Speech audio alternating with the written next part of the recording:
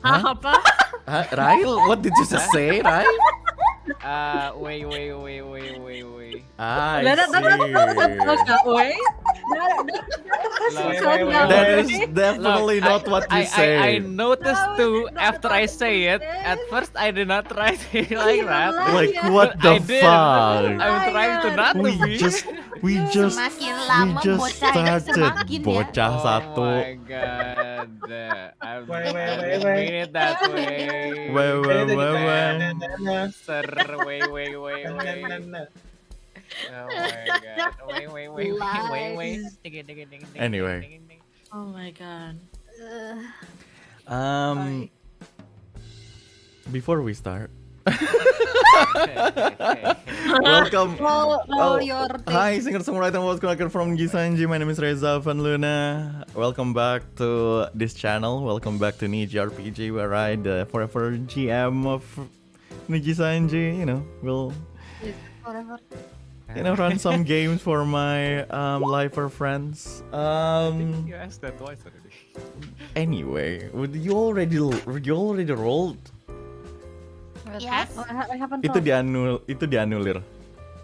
No. Anyway, before we start today's episode of Nocturne of the Heaven, welcome to the second. The sixth episode of Nocturne of the Heaven. Raya Galilei, I think you need to gedein suara sedikit. For real? Yeah, can you raise your volume a little bit? Why do you roll? He just said itu gak dihitung. Oh ya udah naik belum? Udah. Damn.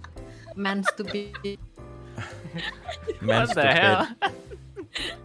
Anyway, before we continue to the sixth episode of Nocturne of the Heaven, let's introduce everyone. Starting from Rai Galilei, please introduce yourself and your character.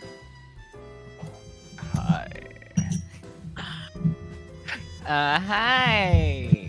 Ini I'm siapa? Reza Avanluna. I guess I will be Godwynn. Yeah, that's his name. For the sixth time in the session. Very nice. I see. Thank you, Rai. Next up, Zia Cornelia, please introduce yourself and your character. Hello. What's poppin'? My name is Zia Cornelia. I am your virtual automaton idol in training. And today I will be playing as Saiyou Kurako. As always, thank you. What's a poppin'? What's a poppin'? What's a poppin'? Next up, Fiona Elatiora. Please introduce yourself and your character. Oh, I was kind of distracted. Hi, my name Hyun. I will also be playing Yukimura Sae for the sixth time. Hello. Ijo. Bukannya lu merah? dia Biru dia. Iya merah bener ya. Rambut gua hitam sih. Biru sih, kalau saya biru kan. Oh iya. Anyway. Benar.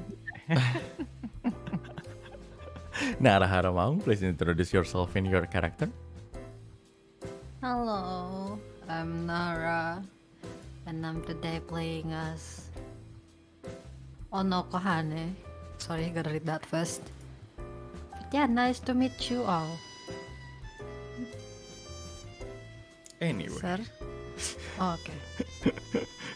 What about Rajimon? Takarajimon. Please introduce yourself and your character. Hello everyone, my name is Takarajiman and I'm I'm not a virtual idol. What am I? You want to be? Why are you so far away? Title? You want me to take your title? I'll I'm become a the virtual CEO. CEO. Become the Nijisanji, Samsa. pleasure to meet you. Today I'm going to play as Murata Keshi as usual. This is the 6th time I play this character. Why do you guys need to add that into the introduction? Yeah, of course it's the Proper 6th time you guys introduction. played this It's character. a proper introduction. Imagine Ma'am, if we well, reach I'm imagine if sorry, we I reach was- session 52 or something. I'm sorry, I just let my cat By go session outside. 52, I'm gonna say, yeah, they are in the house. By season Yeah. 52, I'd probably just Yeah. like Nara ask Ono Kohane and that's it. Rawr. Ono Like Kohane. season Damn. 52, I I sound- probably already have grandchildren or something. Oh my god. I sounded so far away because We're I just let one my big loving family. I just let my cat go outside of You the let your- room. You let your what? I let My cat. I let the cat outside of the room. Ah, who let the cats out? Anyway. Me, it's me, no. Yeah, but welcome back everyone. So Nocturne of the Heaven 6th session is here, and I don't think we need to delay anything. A little bit of announcement though. Lila Alphonsia cannot attend today's session. So we will be going with these 5 players. Will they be tortured? Who knows? M5. Anyway, I hope everyone is ready. Nocturne of the Heaven, episode 6, Stayin Alive, will start shortly. For players and viewers alike, good luck and have fun. Before we start though, please do roll your spirit pool now. You may roll your spirit pool. I'm not confident with my freaking spirit pool. Oh, you're going to hell, everyone. Why? I'm in the enemy. There. I'm in the enemy. Oh, I thought you meant me. No. Am I going to hell? Roll your dice. Forgive me, Daddy. What? What? I've been naughty. I see you guys are exploring things. I see that you guys exploring things. What the hell? They judge you for the exploring. Did Continue. anybody ask for that? Oh my god. What is going on? I have been naughty? Question mark. It's okay, the boys are exploring. This is their first time encountering Well, something like that. you know what? Good for you. I think I'm kind of Yeah. lost. What are you guys talking about? They're Oh, daddies. nothing. The daddy That thing. is- What the Anyway. Let's start with our favorite shopkeeper. Fudge. Okay, time to move. Bye, good luck. Good luck. It's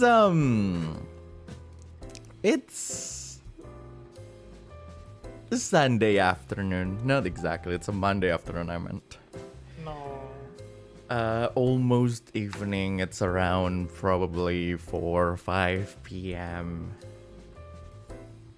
You, Mr. Murata Keshi, is sitting in the office part of Sekai no Hikari, your Damn, I have shop. not- Well, by the office part, I meant it's just that The cashier part where counter. you just, that part of your house that is actually decent enough to be used to greet guests. Just around the back of the whole stationery shop. You're sitting in front of you're sitting across this young girl basically with just your usual coffee table in the middle, as both of you are sitting down on the floor, on the tatami floor, and in front of you is this young young woman, who's in her second year of high school. She is looking down, extremely awkward, as you're holding this 2 sheets of paper that contains the profile of the girl. This student who is applying for a part-time job at your place. You scan a little bit as you see the name and like the profile of this girl named Shiraishi Elena.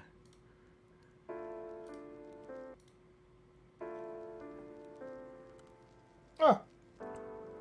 Yeah, I see that you're trying to apply to this place for a part-time job, isn't it? Yes. She looks terrified. I see. Well, I'm sorry. Usually, all the place that opens on part-time like this always ask for you to have 3 copies of this thing you have here. But I'm a nice guy for today, so 1 is enough. I actually have some copies in my bag. Oh, you have 3. Okay. Yeah. Yes. Do you want to give all of those 3 copies to me? Sure. And then she awkwardly opens her bag and like go through everything, take out like a few sheets of paper and put it on the table. Here you go, sir. Okay, thank you so much. I will definitely pass this to the other 2 executives in this shop. So why you're applying here? I mean, there's a lot of other places that are very popular for part-times, like, the fast food chains, the game centers, the pachinko slot place, and the other stuff that I don't want to mention. But yeah, why this small, very modest, down-to-earth stationery place that you want to apply for your part-time jobs? She tilted her head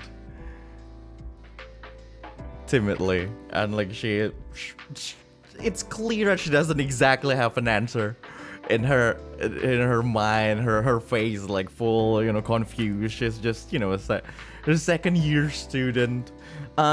She said, well, I think I need some experience talking to people, and that's why I'm thinking of getting a part-time job, and my principal actually recommended this place. She said that the owner will be able to help me. Okay. she like gauging your reaction. She's not exactly sure of what she's actually saying. I see. The headmasters are at it again. I see. Do you know relatively close. The headmisters? Do you know the headmisters, sir? The headmistress, yeah. Sometimes we stumble upon each other in front of the soba store in near of the school. I see. Have you ever eat there? No. Okay, don't eat there. It's really horrible. Anyway, maybe one some things that I need to ask before I mean, at Sekaika we always welcome people who wants to try to open their gates to the working environment as open as I could stretch this arm. But one thing that I need to ask you, a very, very specific questions that could make or break my views on your determination to work here. Yes. Which ice cream flavor do you like, vanilla or chocolate?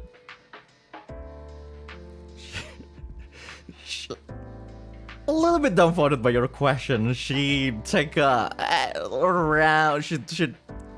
She takes around like 30 seconds of pause of like she's thinking. She squints her eyes a little bit. She's definitely flustered, and then she opens her mouth. Is strawberry an option? You're hired. Really? Yes, you're hired. That's a very good answer. Oh my god, thank you, sir. No need to thank me. Thank strawberries. I see. I will thank them, of course. And then when do I start? When do you want to start? As soon as possible. Well, take this apron. We have an apron for the people who works here. I mean, I don't wear it because it doesn't really match my yukatas, but you can wear it. I mean, it will not stain your school clothes. Is she wearing her school clothes? Yeah, she's still wearing her uniform. Okay. Fleur-de-lune uniform. Yes. Yeah, it's very fancy. It's very fancy uniform. I don't want to get in trouble. You mean right now? I start trying out today? You're the one who asked for it. Or do you want to take one day after this? After today? That will be preferable. she's confused. Okay, then I'm taking the apron back. I see. This apron, you will be the only one who wear this apron, but apparently this apron can't leave this building. Are you curious about why that thing's set up like that? For dry cleaning? Exactly. Oh. All right, then I'll be back tomorrow, sir. Okay. Thank you for applying. She stands up and she smiles. She bows, you know. Her smile felt a little bit familiar. She walks away from that place. Around the same time, you can hear the bell outside of you know, like that small bell around the counter. Ding, ding, and like ding, ding, ding, ding, ding, ding, ding, ding, ding, ding, ding, ding, ding, ding. Like it sounds so annoying, but someone is definitely playing on it. Why it's being so loud? Casey say that to himself. Mm-hmm. And it's not And stopping. Ding, ding, ding, ding, ding, ding, ding, ding, ding, ding, ding, ding. The bell digital or analog? It's like it's that bell in it's analog. It's physical. Okay. And then Casey try to find if there's someone who nears the bells or not. Sure. As you walk out of that, you know, air quote office part, you see the ringing of the bell like immediately stopped, and then the one who is actually playing the thing is this creature, a cat actually, with this pitch black fur and a pair of yellow eyes, and then it's staring at you right now. You know this cat. And then the cat just says, "Finally you're out, Murata." You're here again. Yes, I am here. This particular cat is Keith Sith. You know him as an Aramitama, the owner of Carbuncle. And it is not exactly my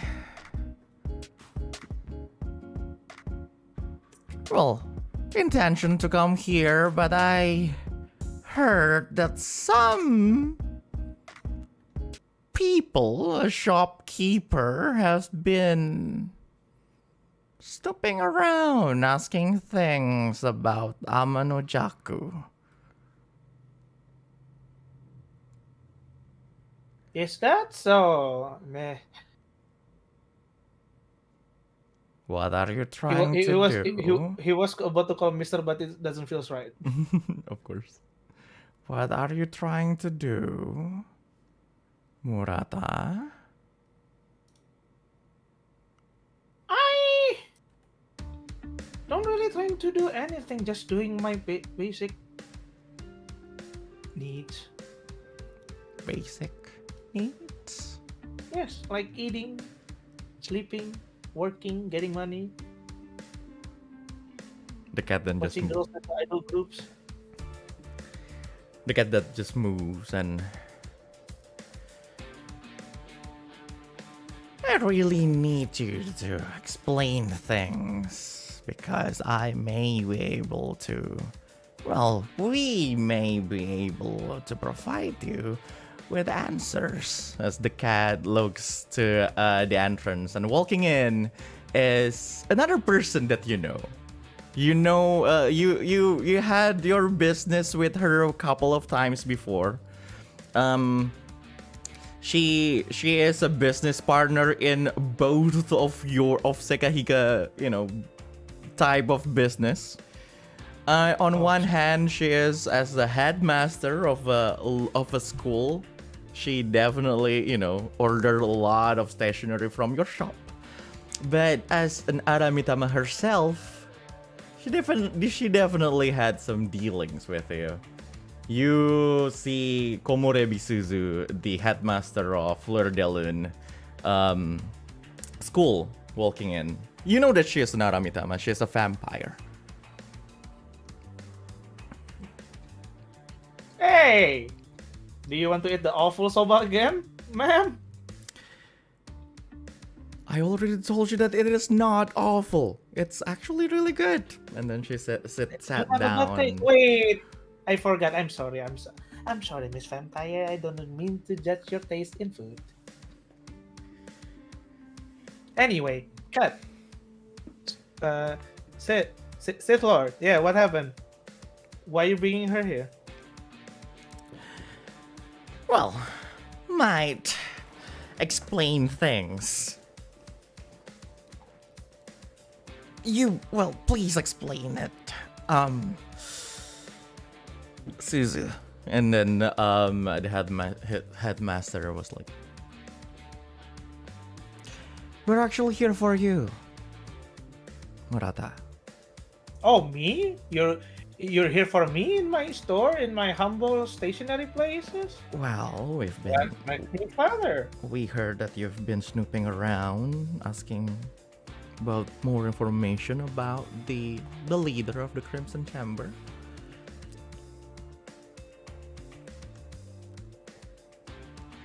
I hope you know what you're doing. Yes, I know. I definitely know what I'm doing.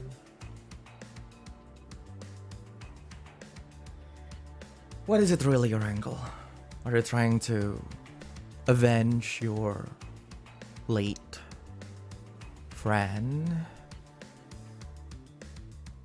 Or just trying to snoop around looking for business opportunities as usual? You know me. Why I'm speaking like that? You know me. Why are you Godwynn so suddenly? Yeah, I know. I'm sorry. To know or Shut up! You say the word yourself. It's capital B ends with S. It's not bitches, it's business. Yes, of course, business opportunities. Definitely business opportunities.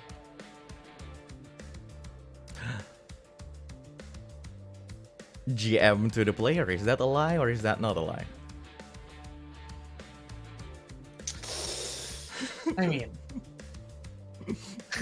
That sounds scary though. GM to the player. Here by speaking to the player, not to the character. Buat intervention gitu. Get intervention. You don't know. Oh my god. I need to know though because I need you to roll if that's allowed. Apa namanya? It's like this. Basically, it's not fully of because if it's like a one, he don't want it to be like a one-sided quest for revenge. It's just he started not to care about the things, but he kind of care about like the other cast of the member of the group. So it doesn't really make him his own.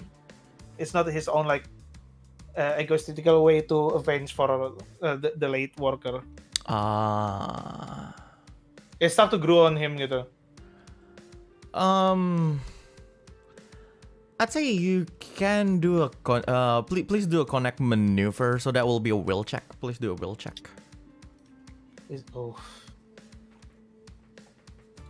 Will he? Oof. 16, I think. As you say that, you see the headmistress shrugs as she stares at Kaesith. But Kaesith has his eyes just staring into yours, and you see it narrows a little. That both eyes narrows a little bit, showing that the cat is fully suspicious of you. And then it just says,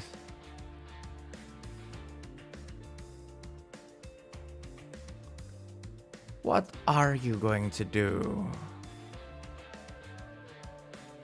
if I can tell you what Amanojaku is trying to do, Murata?"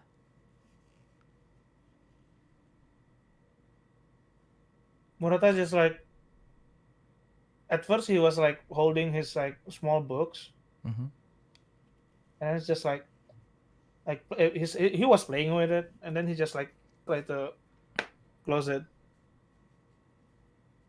What do you know? He asked to the Sith Lord. I mean, Kate Sith.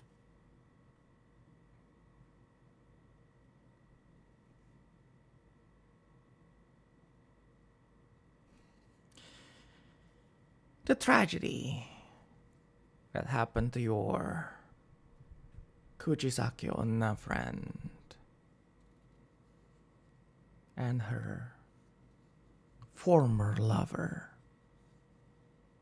a few days ago.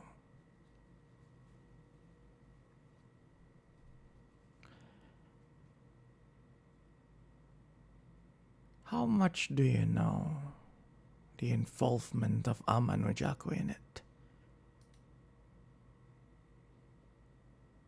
I easily have no idea.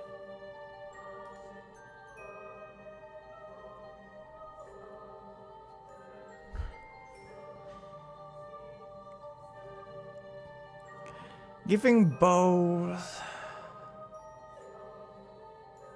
of them their own power to grant each of their wishes.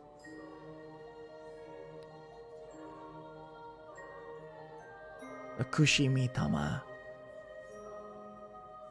that grant them the spirit barrier, one each, that is powerful enough to affect others, and even Tsukimori. Do you understand why he gave it to two directly opposing individuals?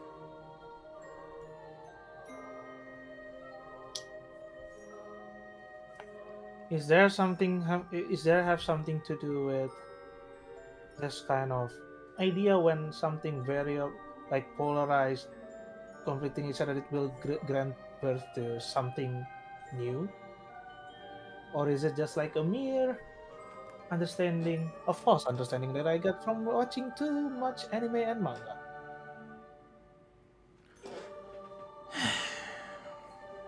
The cat looks at Suzu.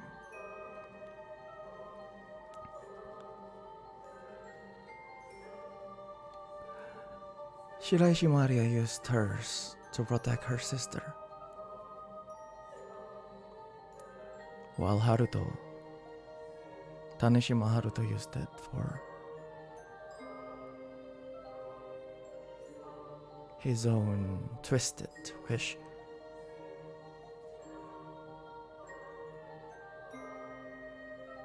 Amano Jaku is trying to prove a point. Keshi. And that point is being... He's trying to prove a point on which side that everyone should be fighting for.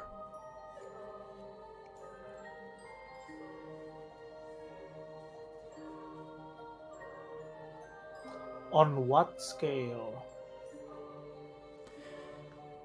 On Who's s- everyone? Everyone. Like everyone?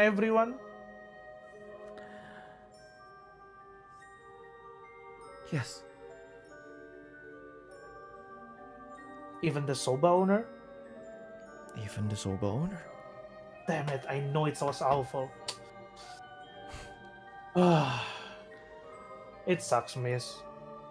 It's a headmistress. It's really suck. The whole island.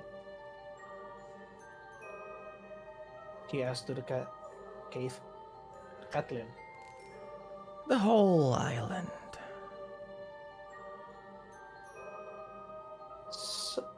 Against who?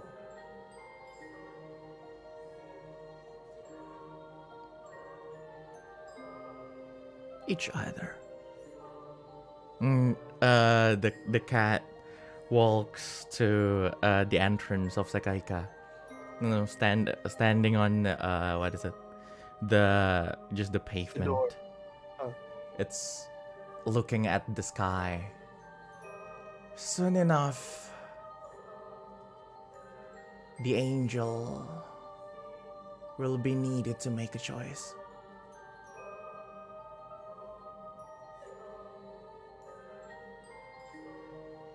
On which one of us she will save? Will it be the humans or the awakens?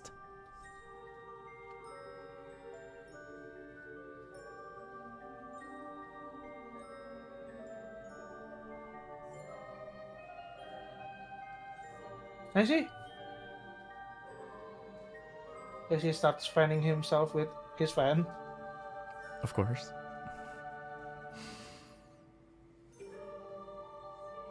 Suzu then stands up and...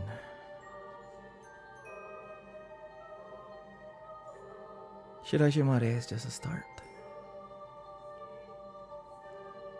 His end goal is one of my students, Hoshino Sera. Well, like I don't know. Like I didn't know that. And also another one. Ooh. Another one? Who holds the power of a former angel. An idol, if I may.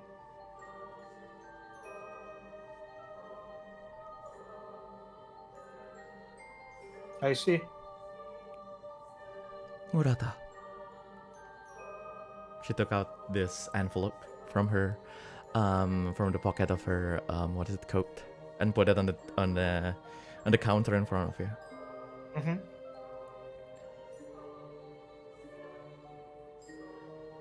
If you really want to go through this and want to know everything,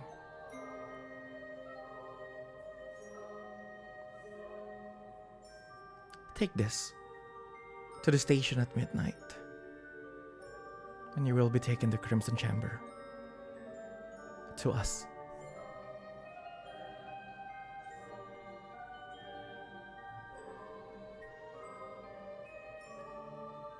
All right. And we will present you with the answer that you're looking for.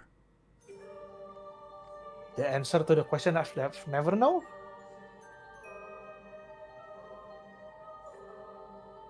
Or the question that's already been lingering since the start.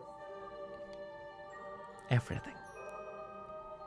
Answer to everything. That's nice. It's nice, isn't it, Headmistress? To have all of it prepared for you to know and have no other choices, either to obey or to be perished. How what's your view? I mean, you're the headmistress. Like, this is a very out of hand situation. You can't handle this yourself. What happened to your students? Do you care about them? That Is there just are they just like a pawns of all of these things about fighting each other's to give who's going to be saved by the angels? you know, I care about my students more than I care about my life, Murata. Mm-hmm. Will never change. I see. Then we will be waiting. Oh, headmistress, says Lord. Does it need to be me alone?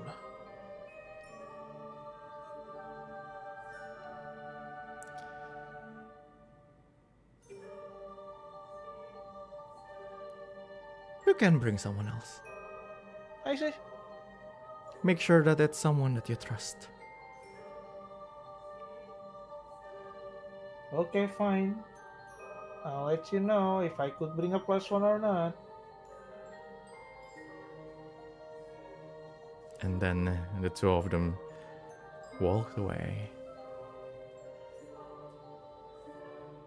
Title drop.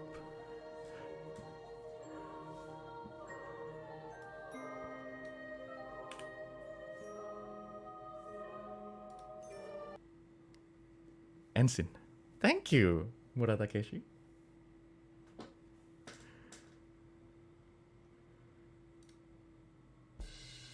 Bro, baru mulai, bro.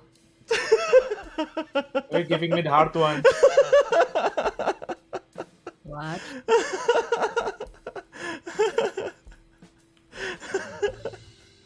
It's okay, continue.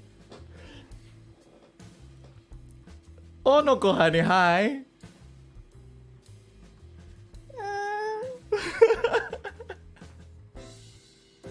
I have issues.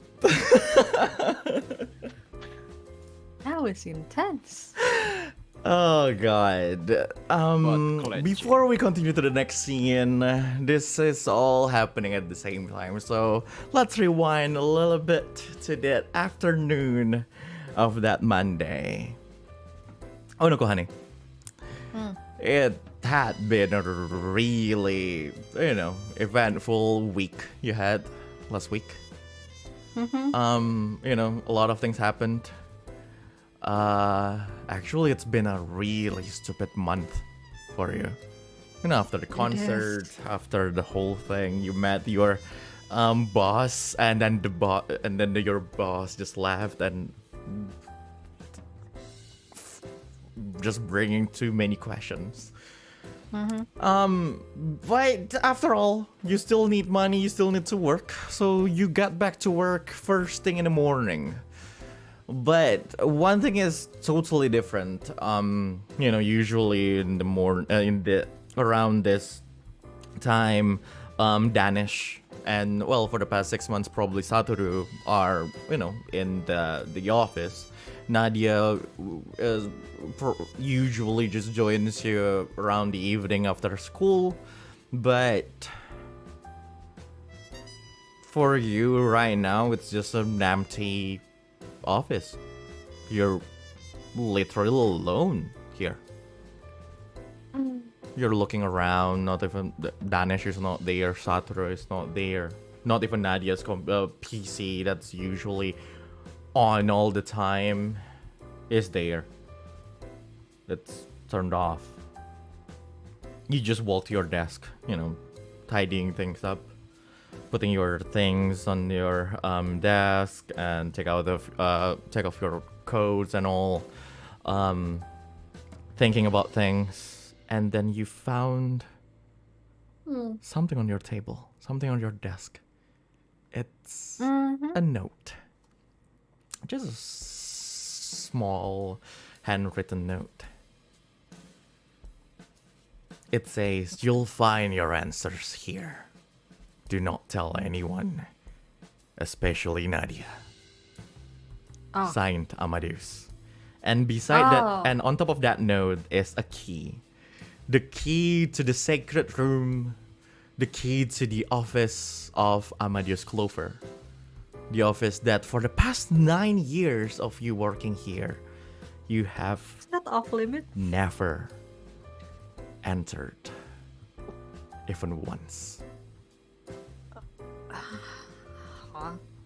Looking at that note, at first she kind of think like it's probably a prank, but looking at the sign, it's like a legit one. All right.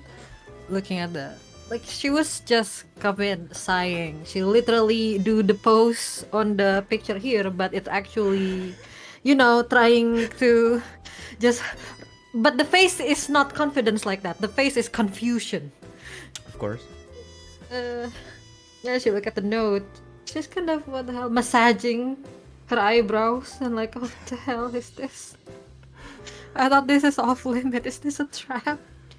Like, everything has been very sassy, and she's not one to take sides immediately. So she's still not sure about the situation, like what's going on. Like, she's pretty sure, she's pretty clueless about like what's been happening that seems to have linked to each other, yet also seems to be happening to random people that she randomly encounters. For her, not for us, we're players.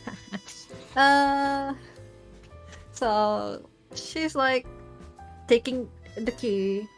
She thinks like, whatever the old man said, he gonna entrust the company to her, yada yada yada.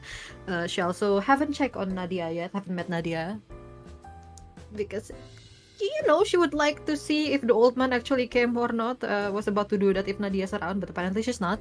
Yeah, she takes the key and heads up to the office, and standing in front of the office door, she feels shivers just for no reason, just because she knows this is an off-limit place, like no reasons. Shivers. It feels like doing something very illegal, even though she's being told to do so. I kinda get it. It's like entering your parents' room. Exactly. You're like, can you take this, or like just as simple as take the money from my wallet, and you'd be like, I'm taking money from your wallet? What? It's something like that. But on a higher level, because it's like an off-limits place that is somehow emitting non-spiritual. But I don't know, for her, it's just like emitting this kind of like weird energy, as if like she must not even get near that. Because usually when the boss even like want to have a private talk, he would like, let's talk in the back room or something. Or like on the storage room. It's never in his room. I don't know why. Not even the job interview. It's on the back room. So, she just like puts the key to the hole, but did not turn it yet. Contemplating, she kind of like looking around, contemplating things, thinking. 2, 3, 5, 10 minutes later, she turns the key. But she haven't opened it. Stands there again. She's like, is this it? I should not tell anybody about this. But what if somebody came? So she thinks that what if somebody came? So she go out to the front. Like, she know that everybody have the key to the company. But at least if she locks it, then she would hear somebody unlocking it. So yeah, she went to the front door, lock the door, and then take the door out, and then go back to the door of the office. Not even know what that is. So Turns the key once again. Apparently, it's double lock. Turns the key once again. And then contemplates life part, I don't know, 5, 6, 7. You know, doing this, scrolling through, googling, like, you know, she went to the internet and typed, is there any able way to sue is the person, even though you're the one who told them to do? Is it illegal to went to your boss room, even though he said to do it? Finding no answers, of course. She just final thing like, oh, okay, fine, fuck it, open the doors. Sure. What does she encounter when she opened the doors? So you turn the key. She's not open the door. She actually just like unlocking and like opening the door, but not like open wide. It's just basically, you know, when you do the door handle, open it and then you leave it. You're not actually opening it. You just. But due to the you know, it's an old door, it's an old building and everything. You don't even need to like to push it. Like you just turn it and like it immediately opens. Yeah, creepy. This place that is for you, you know, off limit. It's almost like it's almost a taboo for you. The first thing you see, you know, it's like it looks like a normal office actually. So as it opens like halfway, you see like, you know, some shelves, actually like a laptop on top of the desk, some documents and everything, a couch, a simple couch. You see like it reeks a little bit, but not exactly something really bad, not something rotten or Smells anything. like cigarettes. Weirdly enough, it's clean. It doesn't even smell like cigarettes. But the first thing it just reeks of like, you know, a room that hasn't been cleaned for a little bit, probably like a few like 2 to 3 weeks. But like one thing that just immediately noticeable, one thing that's immediately noticeable for to you is like the smell of incense. As it opens wider, you see at the end of the room, it's just a small room, but like it's literally located in front of the door. So like it's something that you immediately noticed is actually an altar. Funny. You've known Amadeus Clover for 9 years. You know the deal, but for some reason you just immediately in your mind you feel like you don't exactly know his private life.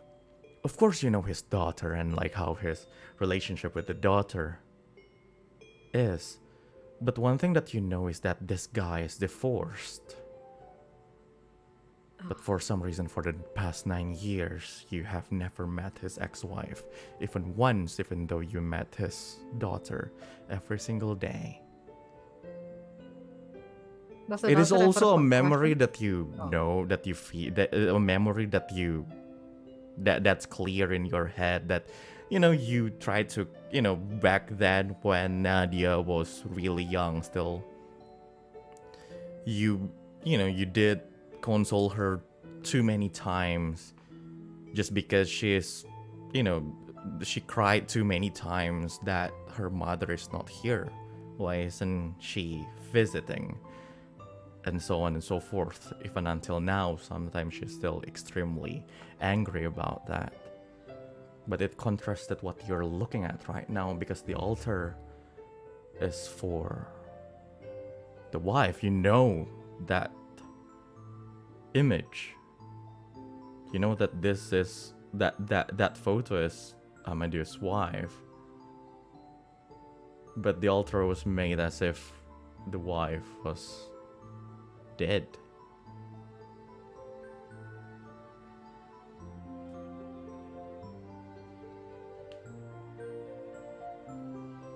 That's too much information already. I know. Putting on her position, yeah.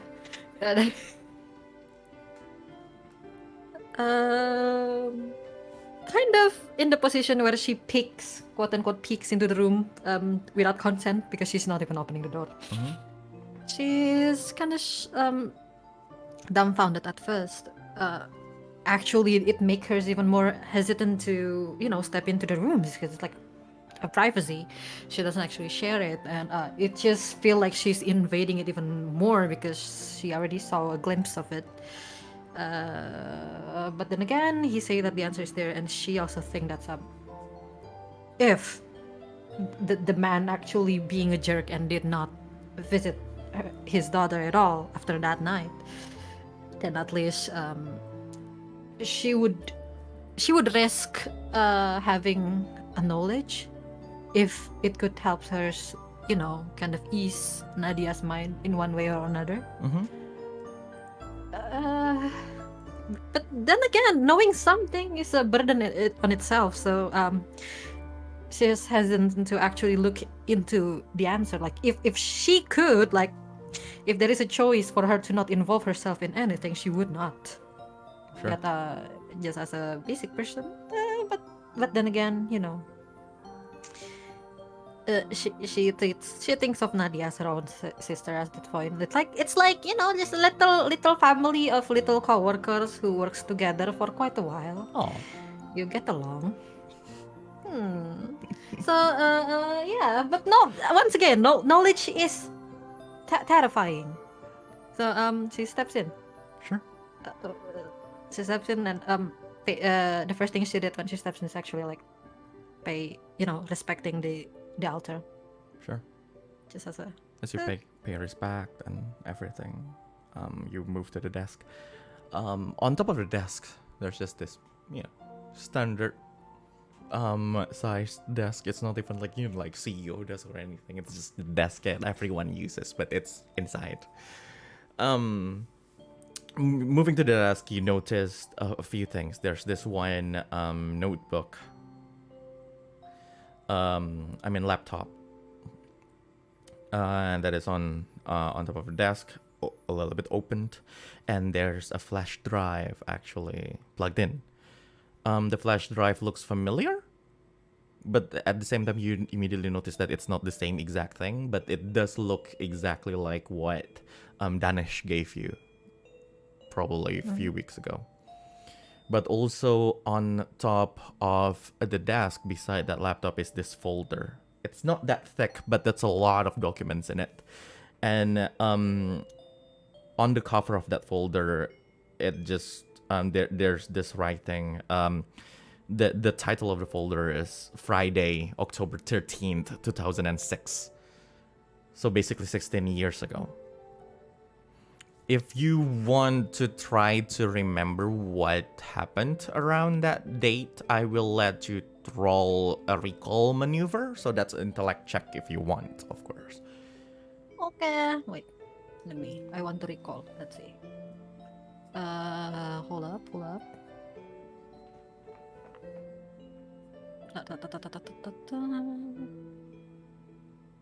Oh, okay. So, intellect. Yes. Please be smart for once. 16. Smart. Do you want to influence it or do you want to keep that 16? Oh, wait. Actually, You want to take the 6, huh? I'm sure you want to take the 6, huh? How do you know? What are you going to do? You know what? Nah, I'm gonna take the 4 instead. And change it to a 6. Ooh, so you're just going with so that's double 6. So that's 18. 16 was enough, but 18 is of course more than enough. So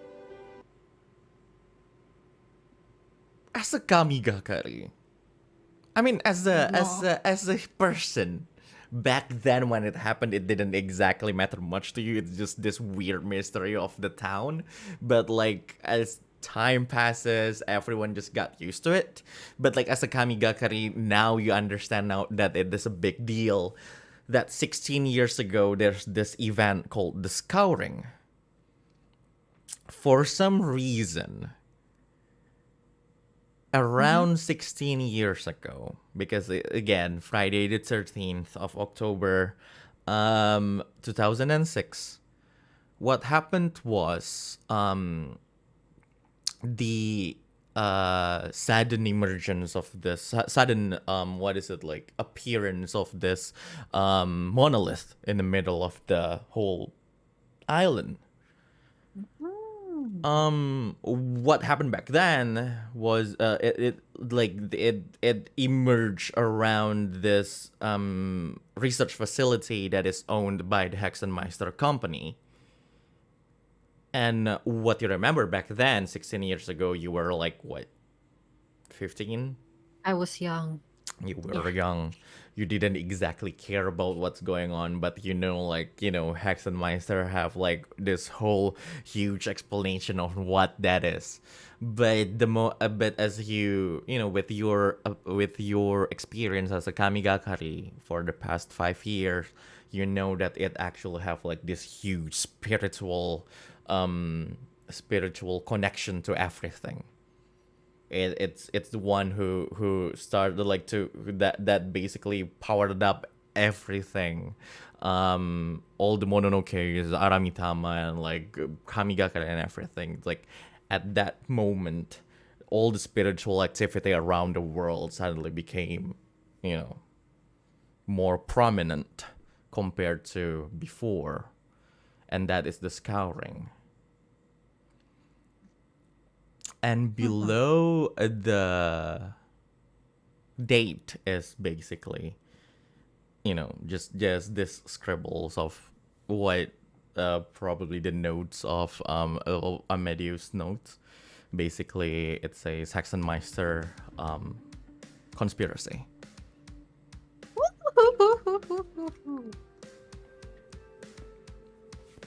What do you want to do?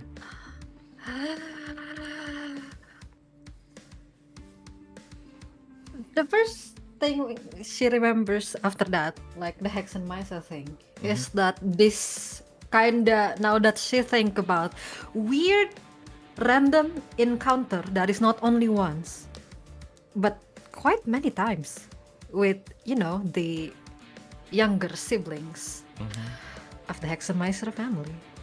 That's kind of sassy that things are all seems to be connected to each other, but also kind of like orchestrated to be like so random at some point.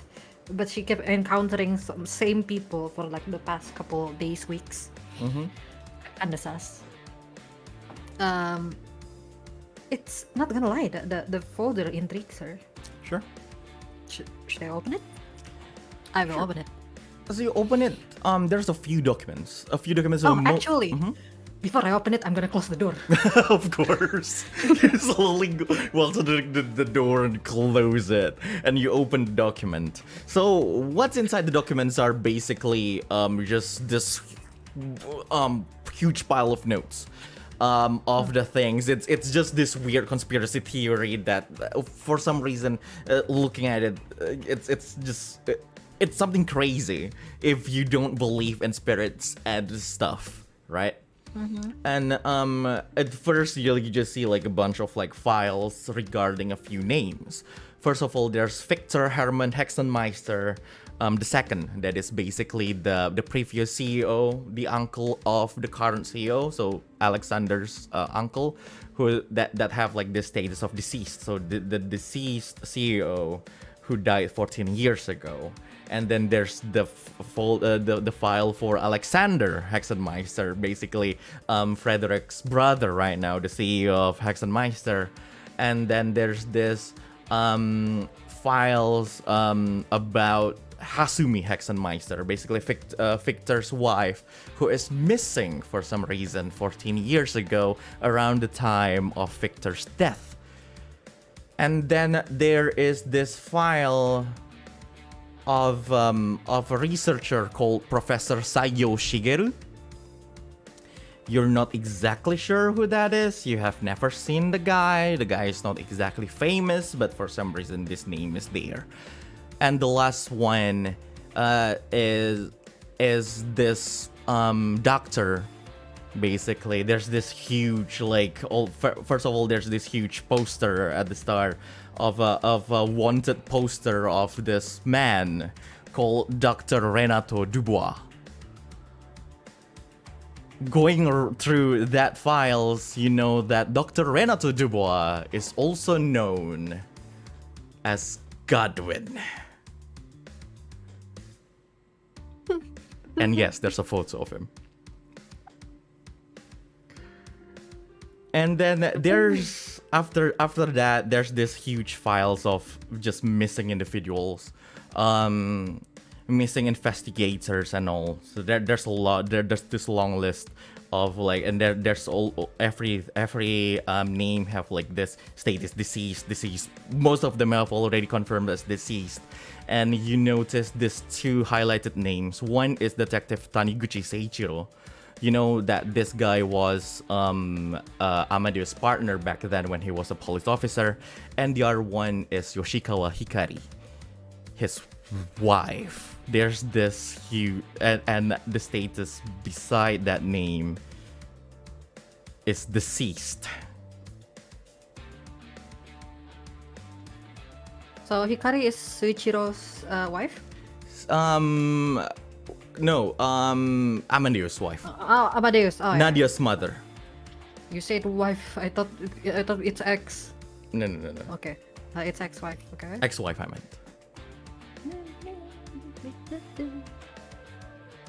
Sorry, I'm having fun. Sure. Okay. After that, there's just this huge pile of notes, basically, around the outline of notes is everything is basically of not Hoshino, Yoshikawa.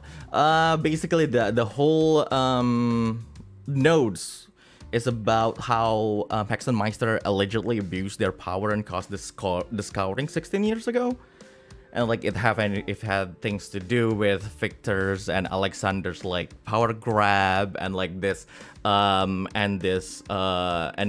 Victor's missing wife Hasumi and basically at the last of that notes is basically Danish files may help this investigation. Look at video basically around the notes, and at the end, and there's this one scrap note that's that says last train at midnight, destination Kisaragi station, Hikari may be there. Dot.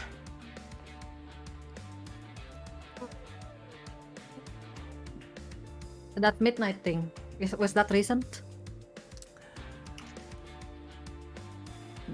You can try to roll intellect check to check on that. I'm smart. I am smart. No, Do you want to influence? I'm not smart. You know what? I will. First of all, I will use my spirit tuning to change one of my 5. I don't think you can 6. do that right now. But wait, that's a free timing. I guess you can do that right now. But that's a free timing. I thought I can use it anytime if it's a free timing. Sure, yeah, of course. Yeah. So the spirit 6. tuning for 5 to 6, right? And then I'm gonna take the 3 and then change it to 6. change it to 6. Yeah. Sure. So that's 16. That's actually enough. Yeah, that node is actually really recent. Like the other ones are not. It's like that one piece of paper. The last one is actually pretty recent. And from that too, like you probably can assume like from this like that last part of the investigation, there's a possibility that Amadeus is still looking for his ex-wife. I was That's about to ask, probably dead. like, what was the timing? What was the time when I met Amadeus previous night? Previous night? The previous night, the one I met. When you met Amadeus, it is actually a few nights ago. So actually, today is Monday. That actually happened around Thursday. So actually, after and that's basically probably 3-4 days ago. It's around 8-9 p.m. ish. So it's before midnight. Okay.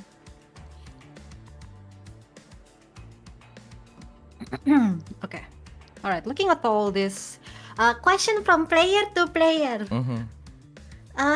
Jabu, Yes. remember that night after the concert when I asked Kurako for what's your name? Do you answer with full name or do you just answer with your first name? Full Or were name. you being Full full name? name? Full name. Yeah. Okay. Yeah. Thank you. You know, just in case. You guys are having fun with this. Remember, you know? Just in case I misremember. I remember I said like Kurako is the first one that I asked the name. That's the thing I really remember. Sorry. Okay. So looking at the names, encountering the one of the Hexenmeister quite often is already weird enough. But the first, like, you know, like starting from the front, going to the back, and then there is this one person, a professor, with a name that somehow it's kind of familiar, the family name at least, but she can't really tell who or what. So it's just like that's weird. I feel like I know a Saiyou recently, but she cannot really pinpoint at that point. Until the point where she like looking at the wanted poster. And it is one of the men that she also always encounters these past few days, and was along with the little lady Hexenmeister. And it was the one that she entrusted to, like, can you take care of these kids? And she's like, the first feeling that she feel is an immense guilt of entrusting a high schooler to a wanted criminal. Oh, by the way, Or what? Wanted It's for there. What? Is it? it's wanted for what is it? Serial murder. That's like exhaust.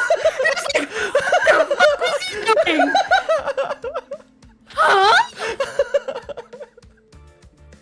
To be cursed or to be ascended. He's crazy.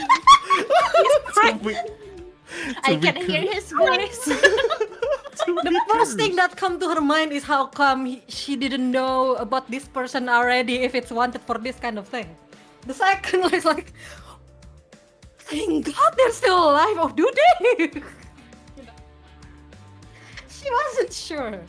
All right. Now she got trust issue. Now things getting really weird. It seems a little bit too convenient for the people who are on the so-called conspiracy folder to be, you know, lingering around together. But maybe that's what caused the controversy in the first place. But still kind of weird.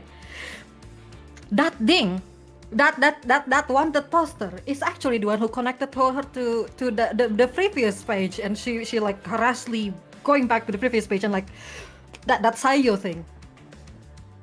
Yeah, that's one of them too. One of the people she encountered. Do you want to read that particular files I in would detail? like to read it. Yes, I would actually. Can I read multiple page in detail? I would like to read the Saiyou person. All right, that one, Hasumi, if I could. So, You're giving this to wrong person. there's I just realized that someone actually doing this this extensive investigation. So basically, around Hasumi Hexenmeister. Hasumi Hexenmeister is the wife of the late CEO of Hexenmeister. So Victor's wife. She went missing 14 years ago. At some, like, there's not much data around it, but like she is not exactly like a person who is like public. There's like this the explanation, like she doesn't exactly have like her life, like, you know, published and everything, but like one weird detail that Amadeus actually wrote there is basically around the time of the scouring, Hasumi Hexenmeister is supposed to be around 8 to 9 months pregnant. that's a weird detail to be included. You're not even sure why. About Godwynn, Renato Dubois, there's also a lot of like copies of documents. They are like there's a lot of parts that are retracted. You know, just you know, black bars and all, and then you assume these files are basically stolen Interpol files. And but basically Dr. Renato Dubois is this guy who's who's basically wanted for a serial murder, as he is also the type to, you know, murder people and experiment on them. And from the documents, it basically says that this dude is probably one who also have some part of his research be included in the scouring incident. And the last one is Professor Saiyou Shigeru, who is actually an expert in the spiritual stuff and everything, rituals and all. There's not much data around, like from all the data that you see from the files, it just looks like he's just, you know, just this worker who just is a researcher. And like there's some files of, there's also like this list of like family members and all, and yeah, well, you expected it to be there, that the name Saiyou Kurako is actually there. And he's actually still working in the Hexenmeister pharmaceuticals. But but there's basically this highlighted data that is actually not part of Victor's faction, but it's actually from the other faction, Alexander's.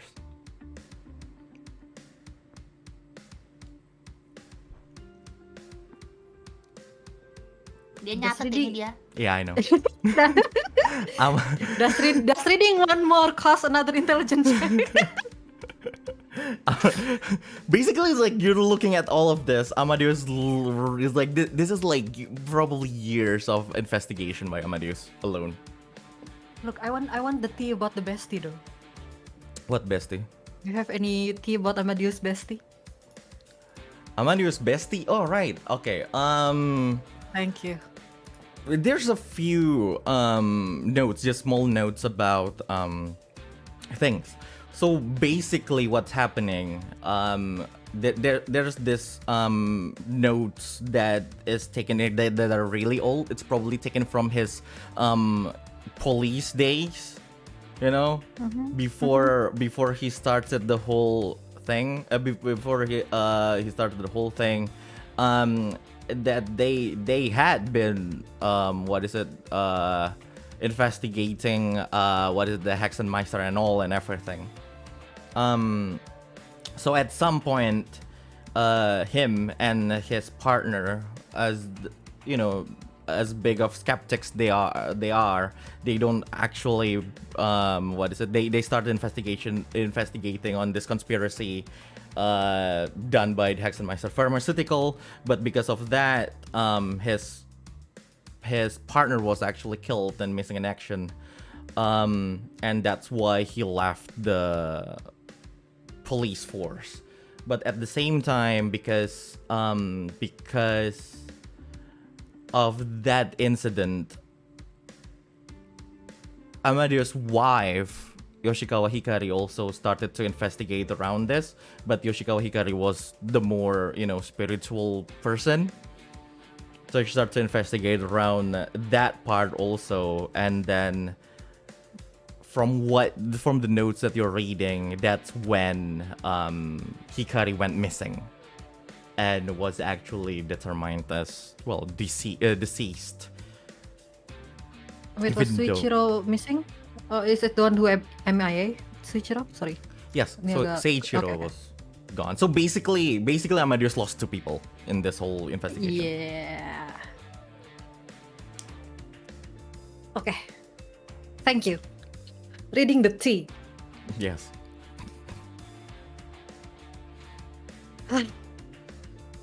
After like beginning all of this, like it's too many information all at once. She take a couple notes and remembering some of them. But like, she started remembering the people that she quite randomly encountered.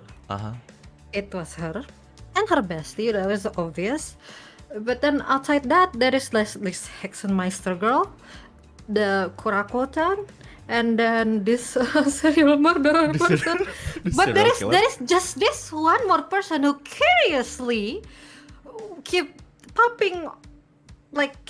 appearing in those situations as well, but does not appear to be connected directly to this thing. And that's actually where she kind of feel more curious towards Keshi. Like, what is his involvement, and does he also, somebody like her who caught in the middle without knowing anything, or what about Sae? It's her friend. It's okay. Trust. but so at this point, the sassiness is towards Keshi. That's the first point. Second point. Was Amadeus that careful of leaving a key in front of her desk without, I don't know, there is a chance that other employee would peer into her desk and take it, and she's kind of feeling confused as to the carelessness, and what the hell? She started to tidying up the documents. This time not leaving it outside or on top of the desk anymore. This time actually tidying it up. Sure. And then the third thing she thinks about while tidying things up is how the hell do I ask Nadia to decipher this flash disk that I got from Danesh without telling her about anything about this? Just hey, randomly Danesh, give me this, please open it. So while tidying things up and everything, you touch the laptop a little bit. The laptop is actually still on. It's still plugged in, and it's just in sleep mode. It's not even locked. He's an old man. So as it opens, there's just this folder open, and there's this one video file that with the title Friday, October 13th, 2006, Research Facility number 2.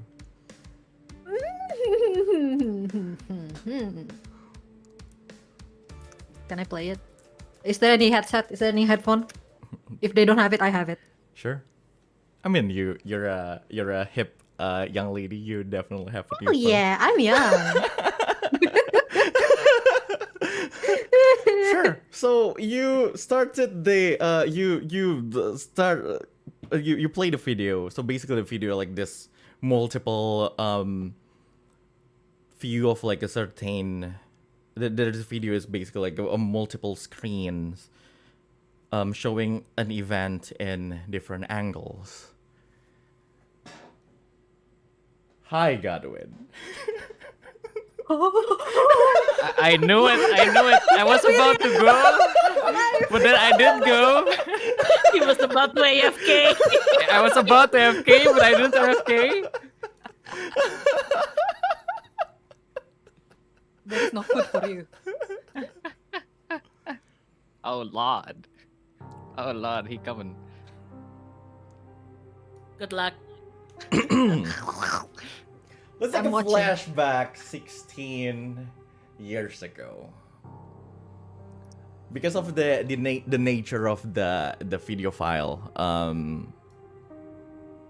everything that's happening in this scene is also canonically watched by Kohane. But let's tell this scene from the point of view of Godwynn. Yeah, I'm gonna watch. I'm gonna mute and watch.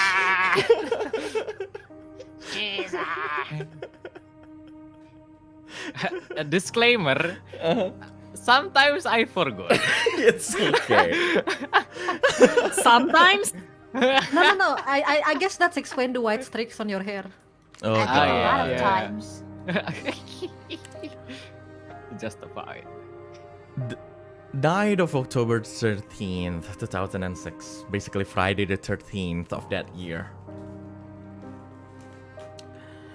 Godwynn, after working for Victor Hexenmeister for a while, you were finally given, well, just a few weeks, almost 2 months actually, in this project.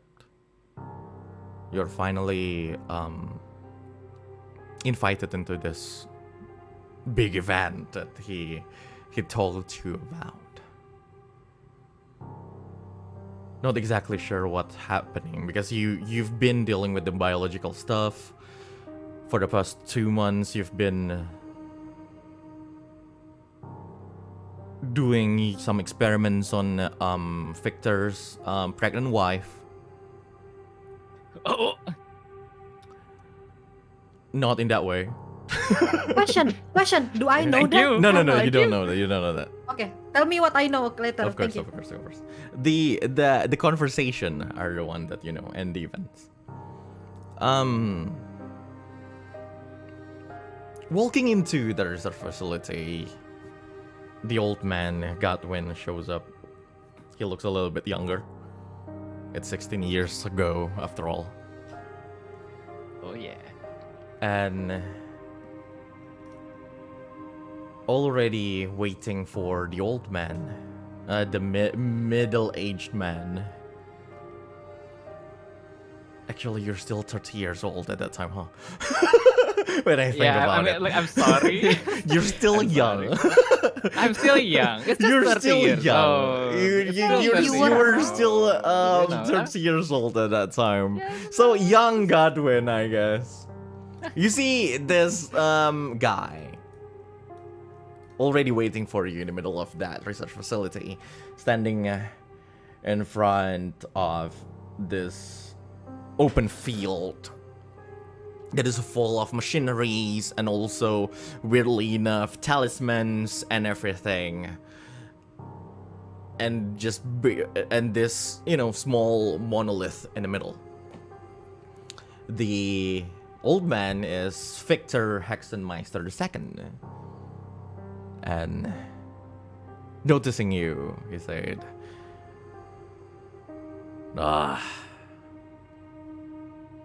I see that you're not late to the party, young Godwynn. But of course, sire. I do hope that everything turns well. Anyway, why am I called here today? Well, to see the result of our research for the past years. So I see you have done your part as well. Well, of course.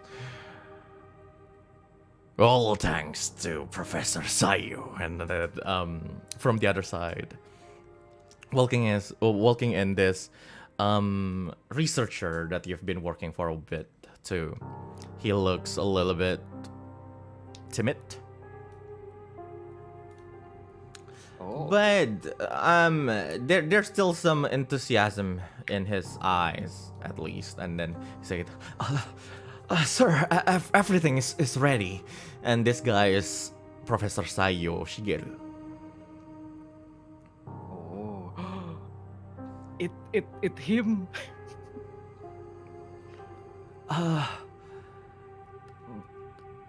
Well, good job, Professor Saiyou. But sir, are you sure that this is totally safe? I mean, it's your wife we're experimenting with here, and your unborn child. It will be Look. fine. I'm Aish. also the one who overseer in this project, so you don't have to worry about something like that, really. But I suppose you have done your part as well, have you? Yes, to the best of my abilities. I mean, but all of us need to know that the legend of the angel itself, it's something that we can't exactly but well, it's not 100%. We haven't collected all the data 100%, and it might be dangerous. I mean, we all remember what happened with Angelica years ago within the legend, and Victor just said, "Enough, Saiyou. Are you seriously backing down at this late of the stage of the experiment. I'm just not sure that this is what the late Sir Alexander wants to do. Saiyou, trying to back down. Really? I hope you will consider your actions, considering you have a newborn child in your residence, I believe. You do not want the child to grow without a father, do you? Sir, I didn't mean it like that. Well, shall we then? All right. Let's see the results of our experiments.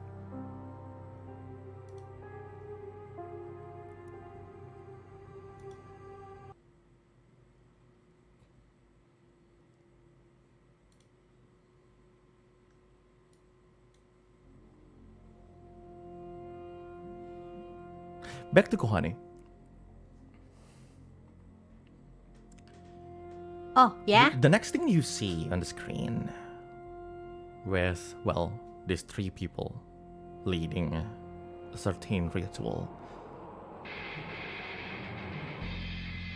You see, like, a lot of spiritualists are actually doing this ritual around a pregnant lady in the middle.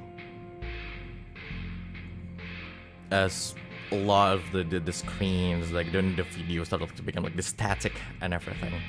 You start to see that you start to see all the what is it, the video start to get distorted here and there. There's clear shaking on the ground within that video, and suddenly everything became brighter and brighter and brighter, and you hear just scream all over the place.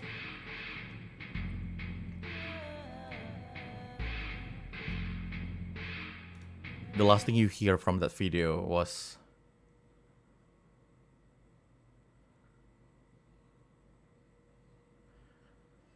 "Sir, I apologize to inform you, but that your child is stillborn. Don't mind that. Bring her to the lab immediately. Dubois, study Yes. that baby." All right. I'll do my best. That's the end of the video. Holy shit. That's exactly what she said. With that holy shit, we end your scene. Thank you! Now it's time to sort these notes. Oh god. Because I type so fast, it's random. As he's already there.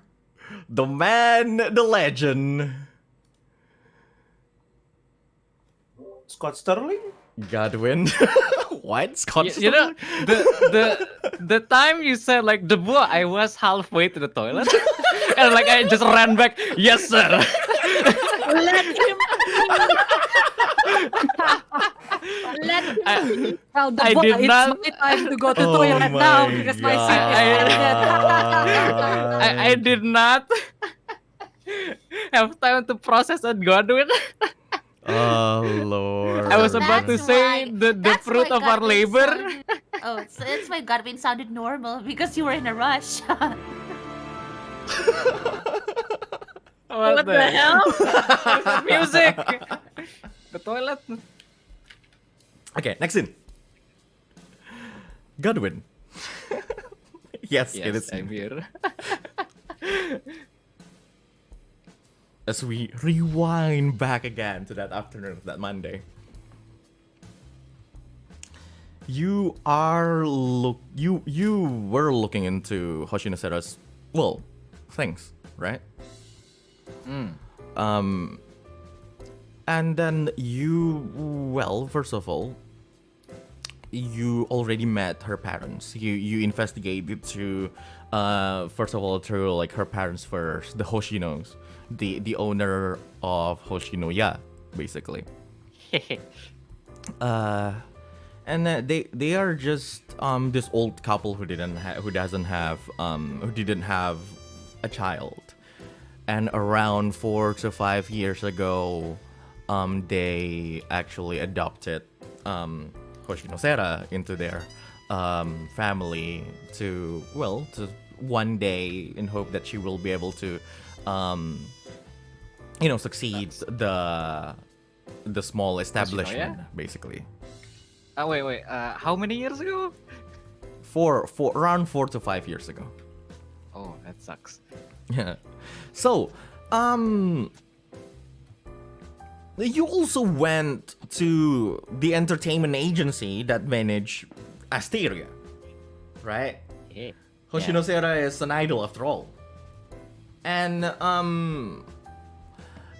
what you found out is that she have been given this period of hiatus after a weird incident in the concert that just happened recently.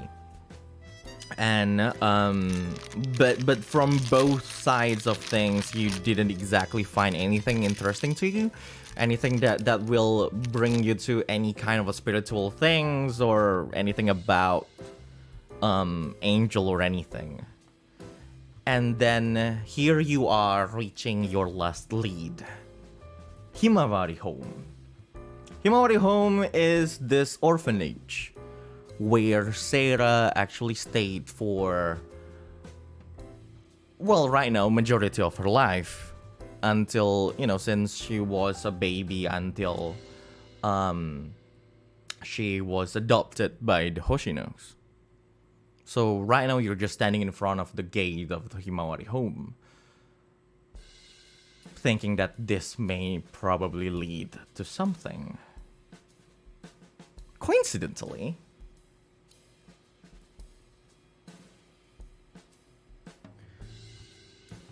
you see someone familiar who's currently sweeping the front yard of that place.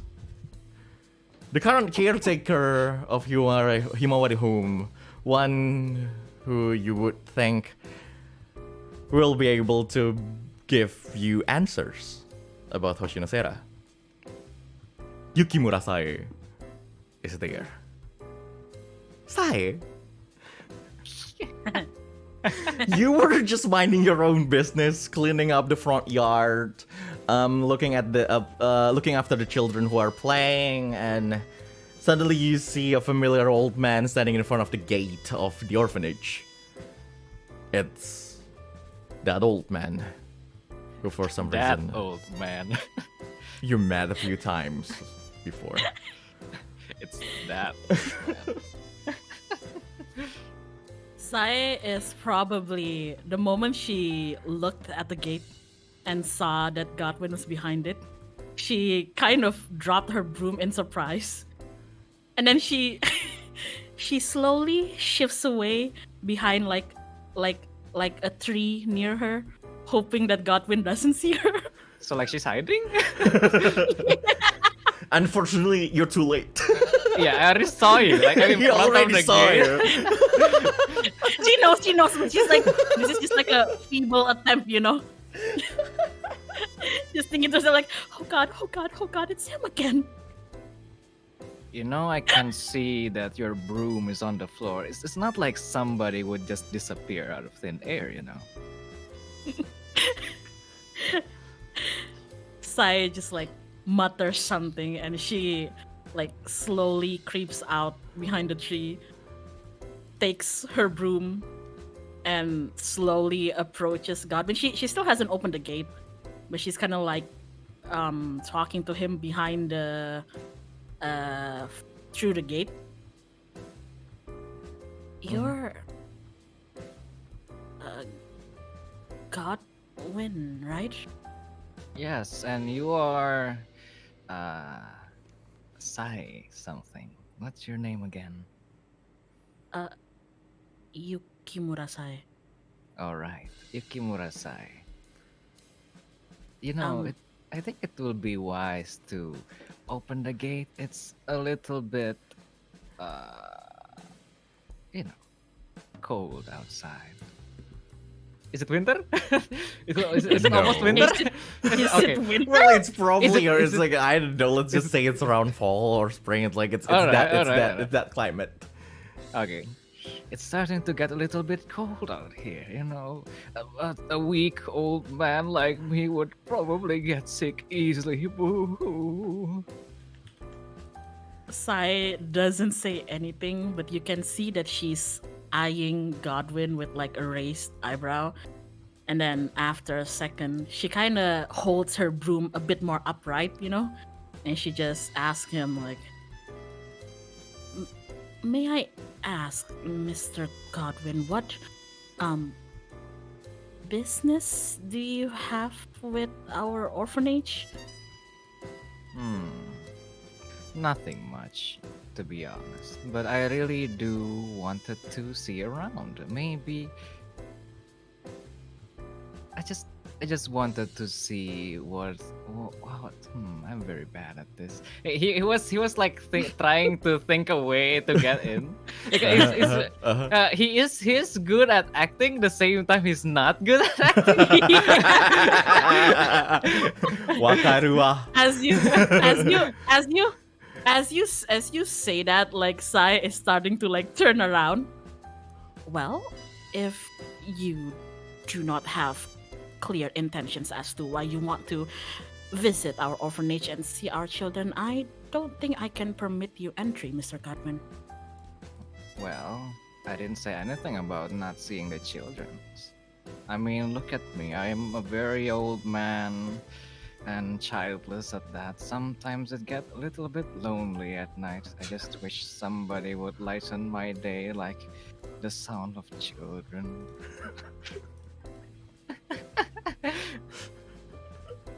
And Sae just stops and like slowly turns back I'm around. sorry, to that's him so again. creepy, sir. That sounds so creepy, but he basically It's wants Godwynn. to.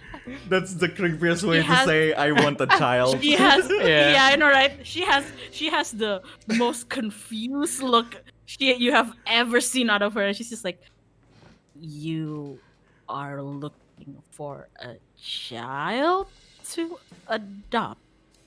I'm sorry, but it's very out of character of me, but yes, I do wish for a child. Are you married, sir? No, I am not married. You see, my wife died a couple of years ago, so I just wish I just wish we have a child before that. Let's not talk about my past. At this point, you see the door opens, the front door opens, and the head caretaker, that's definitely not you, Sae, appears. Probably around her mid-30s. She was probably around her mid-30s. She has like this long black hair. You see this lady, her name definitely not Marcella Marigold.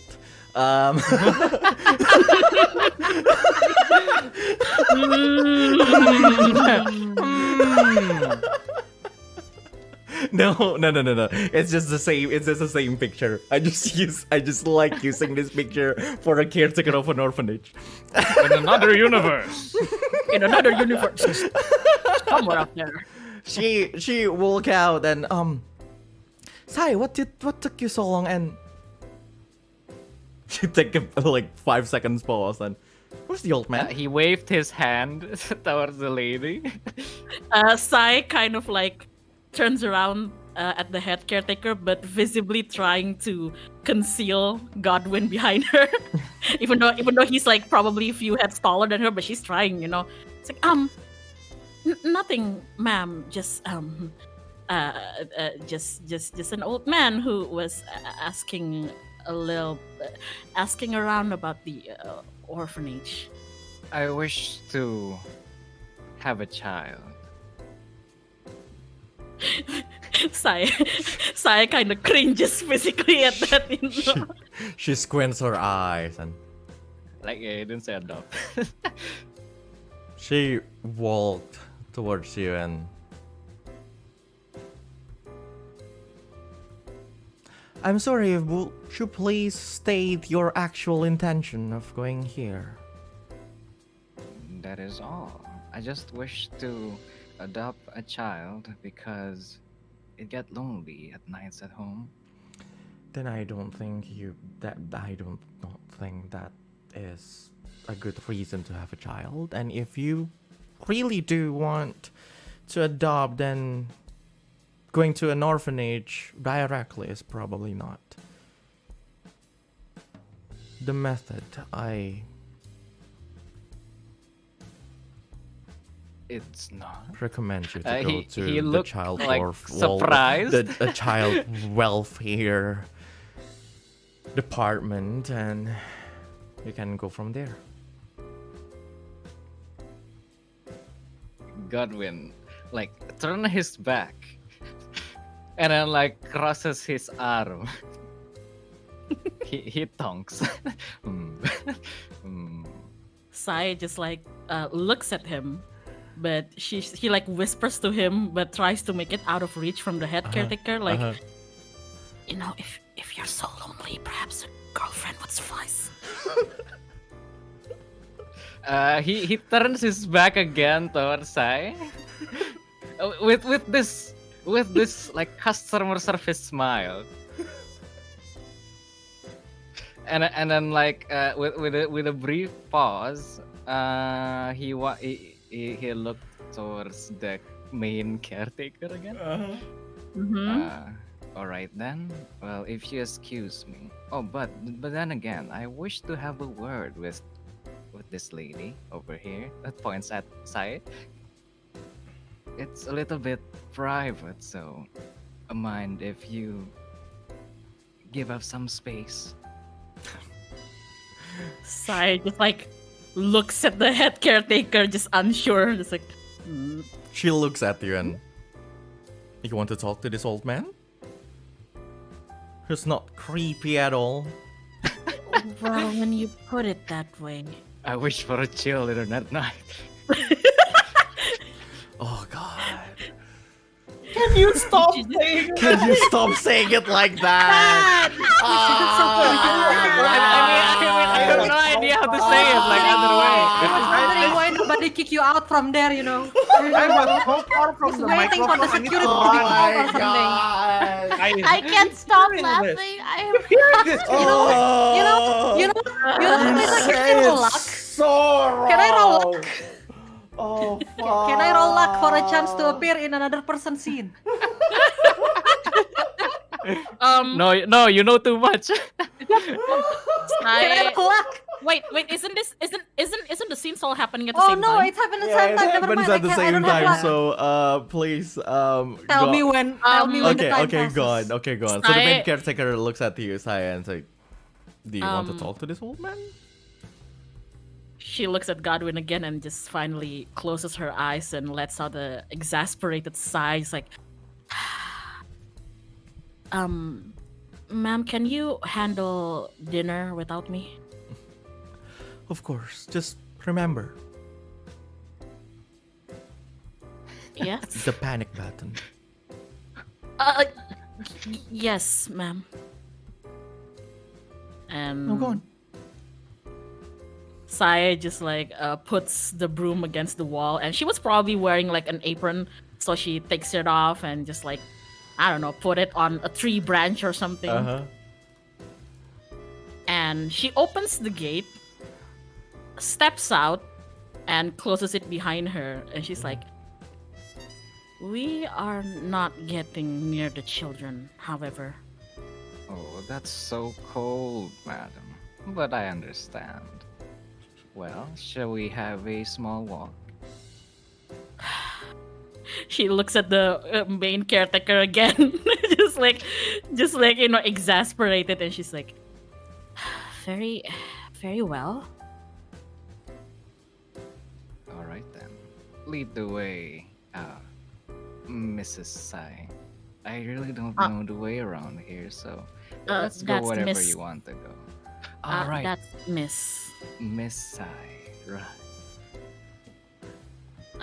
So Sae probably starts walking a few steps in front of Godwynn, making sure that she's not like directly next to him. Godwyn with a slight like chuckle, he follows behind the lady. As he waved goodbye towards the main caretaker. She didn't wave back.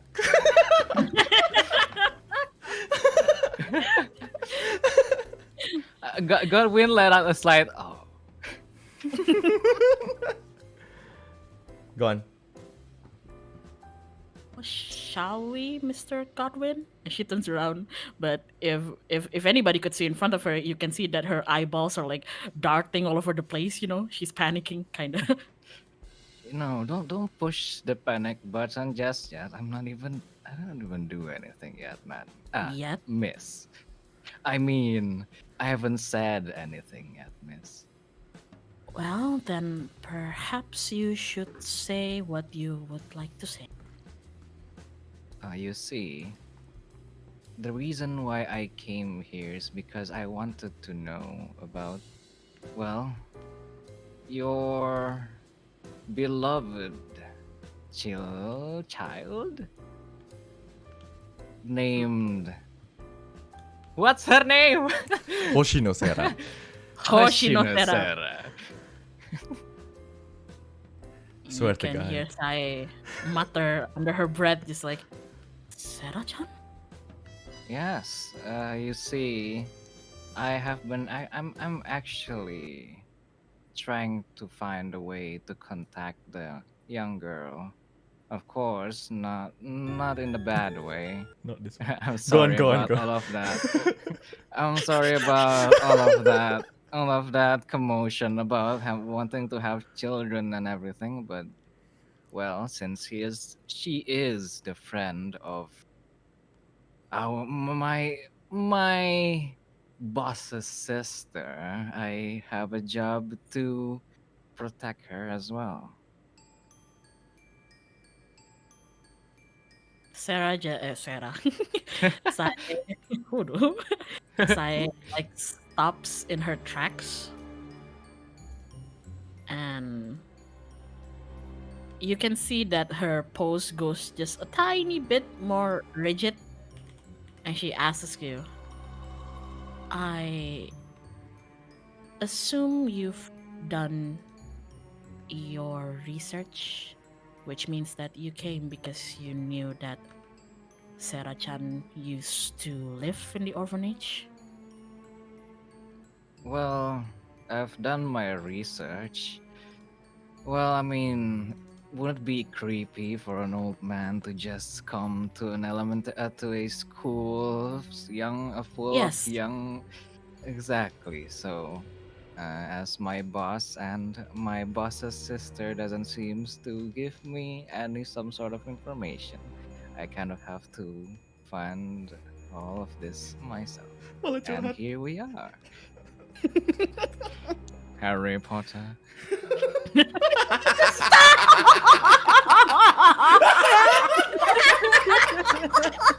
Turn to page 172. I can teach you how to make potions. Leviosa. Sakit perut.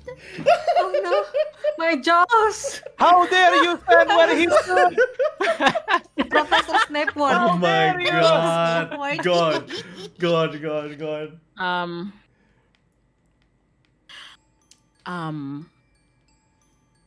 Sae she doesn't quite look at you yet. And she says to you, I suppose I can also assume that you are aware that she actually has been adopted and no longer lives in the orphanage. That is true, but I really need to know more because her parents who lives in Is it? Wait. What? Yoshinoya. Hoshinoya. Wait, yeah. So I was right. Right. Okay, good. I thought I was about to be wrong. Okay.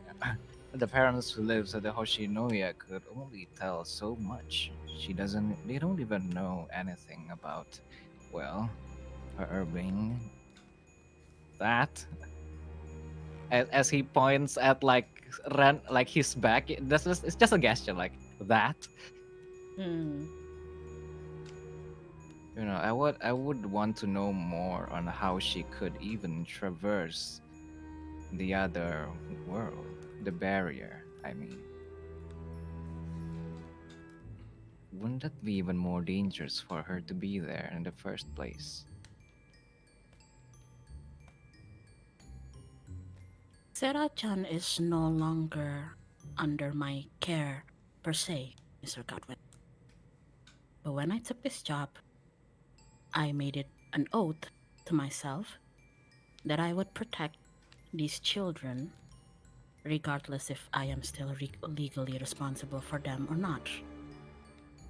And and Sae turns around, and she just like steps up to Godwynn, you know? Oh, Godwynn does this like emoji, like but he's like, but he's not. It's unhinged. she's like right in front of him, you know, and she's pretty small, so she's just like looking up. Yeah, she's small, so she's like looking up, and you can see that her face is like the most serious probably you've ever seen her. So that means, Mr. Godwynn, that I would need a guarantee that you don't have any other hidden intentions with her. But of course no, he said as he tried to hold his laugh looking at the small Sae trying to stand up for herself. It's funny to him, but like, of course no, madam. No, if there's a thing that you need to know, is that if I did not protect the friend of my boss's sister, I would lose my job. That's why this is very important for me. Sae just like squints her eye a little bit, but then she takes like one step back. I cannot always be there to protect. That's true. So if you do intend to protect her, that would be appreciated. But would I be wrong to assume that you also intend to what do you always call it? Study her? Study her? No. I would never. Other side from moralities, I think the boss would not like that at all. Is he lying or not? Is this bitch lying or not? It's Godwynn saying about morality. What do you mean it's lying or not? So, you know what? I will let you. Okay, so I assume that Godwynn bullshitting. So Godwynn, please, if you have the charm maneuver, then you can use charm maneuver, but you can use will. But please do a will check then if we don't have charm maneuver. Will check? Yes. Oh no! Will check.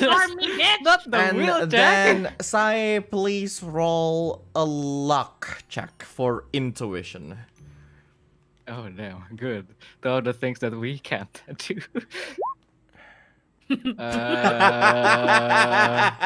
That's a crit.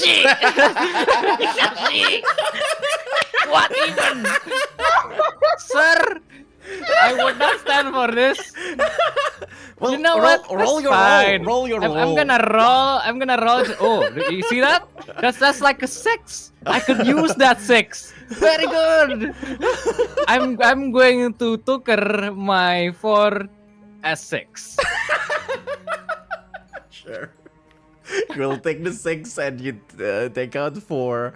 But yes, he's definitely lying.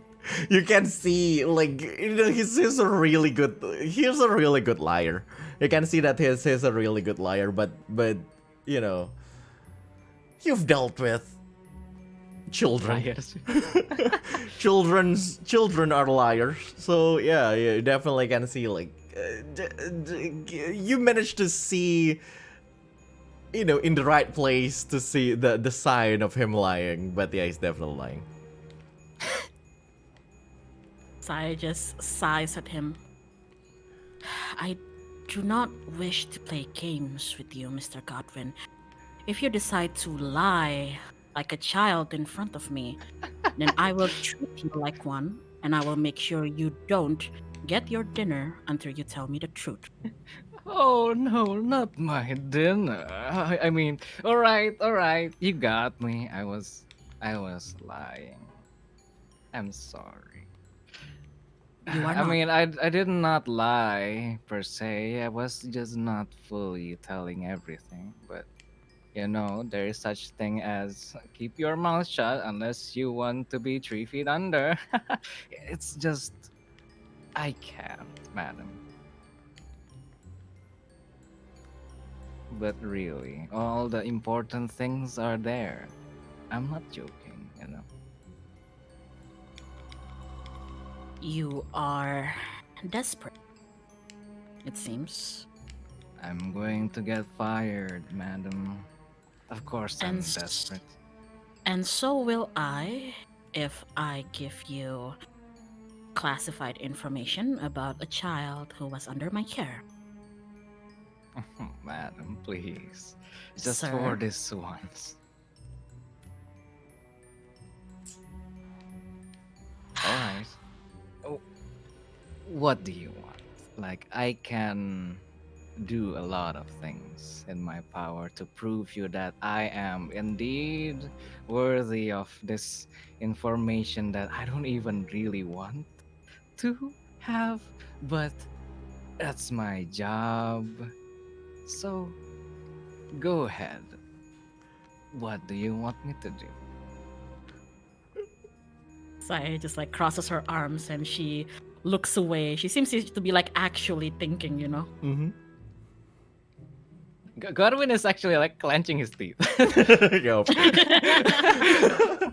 but like he hides it with like this smile, like When you expected to be a mad scientist, but you're a corporate slave. yeah.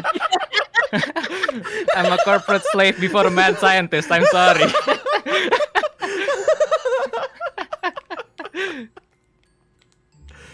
So?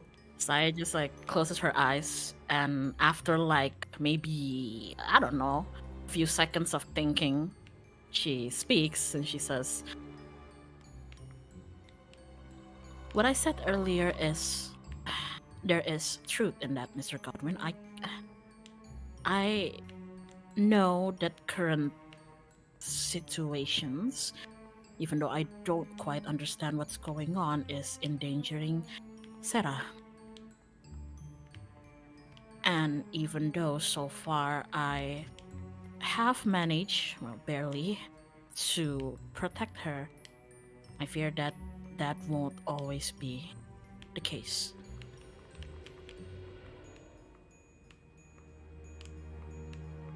I do not know much about her. So even if you push me for information, I don't believe I can provide you much. Other than, well, things that you can already plainly see. I just need a small bit of information since, you know, since the child is, as you can see, probably a Kamigakari. Title drop, Kamigakari. Roll credit. Even though she's not supposed to. So I just wanted to know the origin of how she became one, and maybe from that way I could predict when or how. Uh, s- I'm just trying to protect her from the things that otherworldly for them, madam. You know well that these things are dangerous, especially for high schoolers.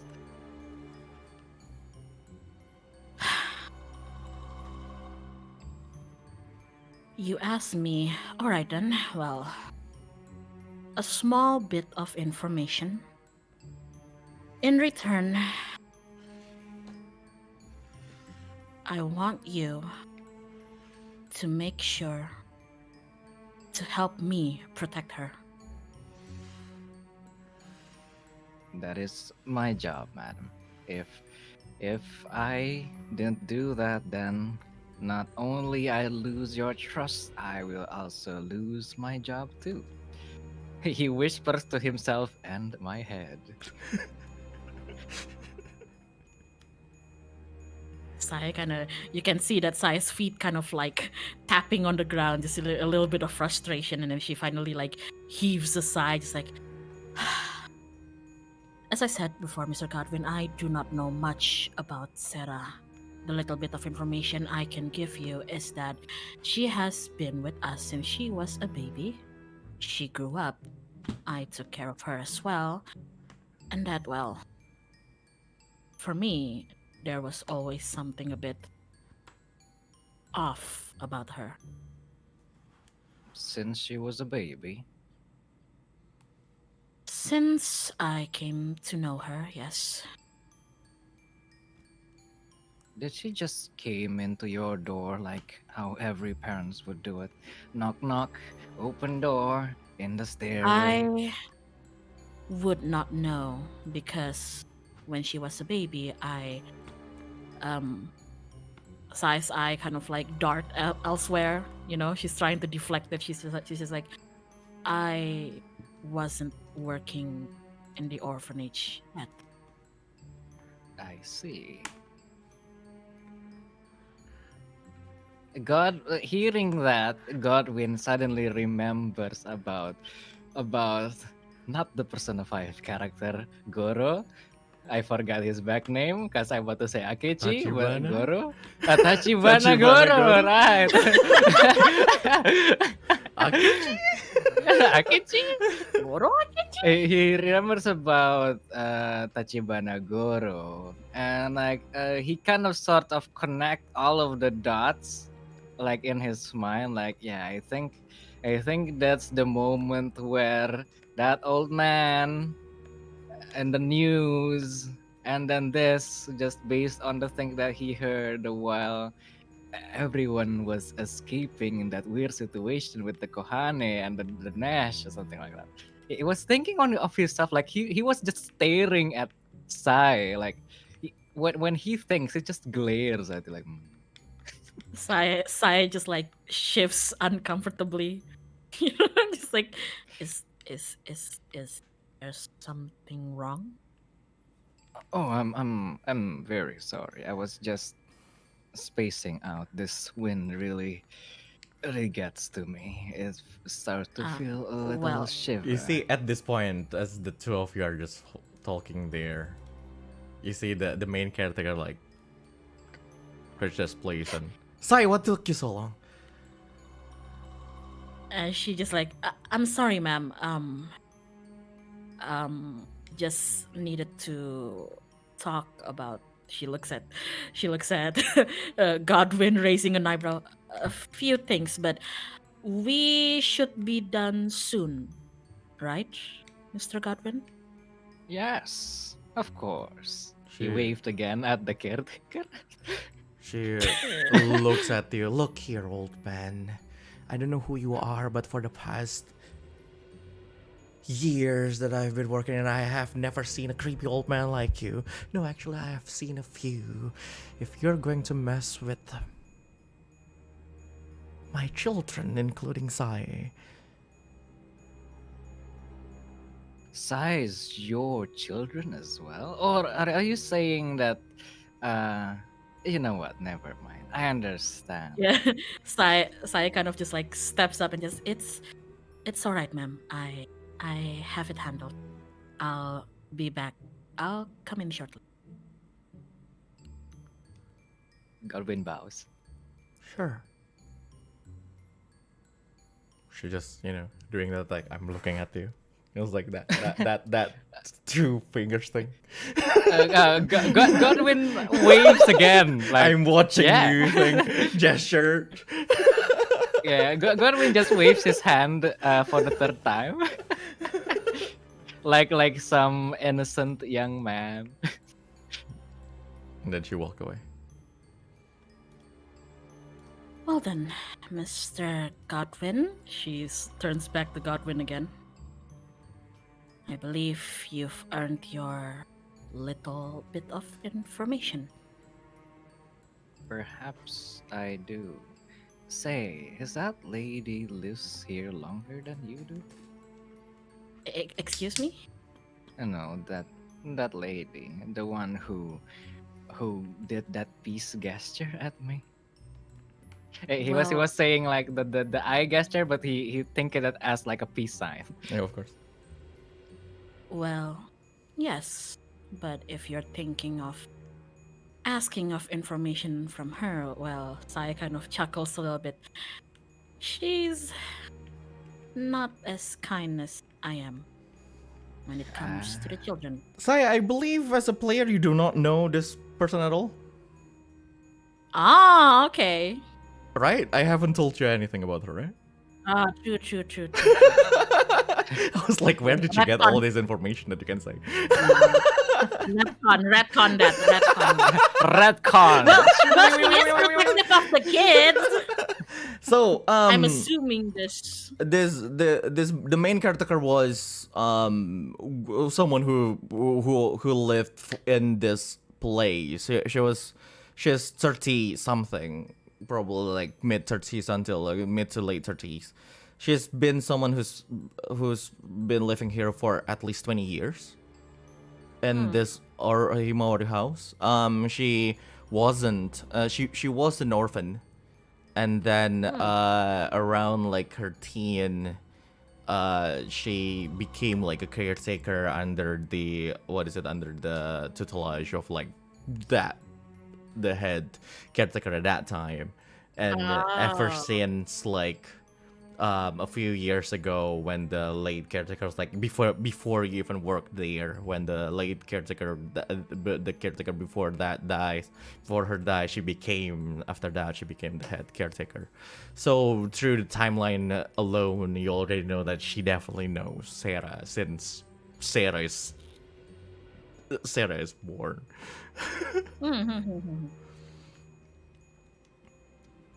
Well, in a sense, I suppose that would be correct. So you haven't been this. Oh, I see. Are you intending to ask about Sarah?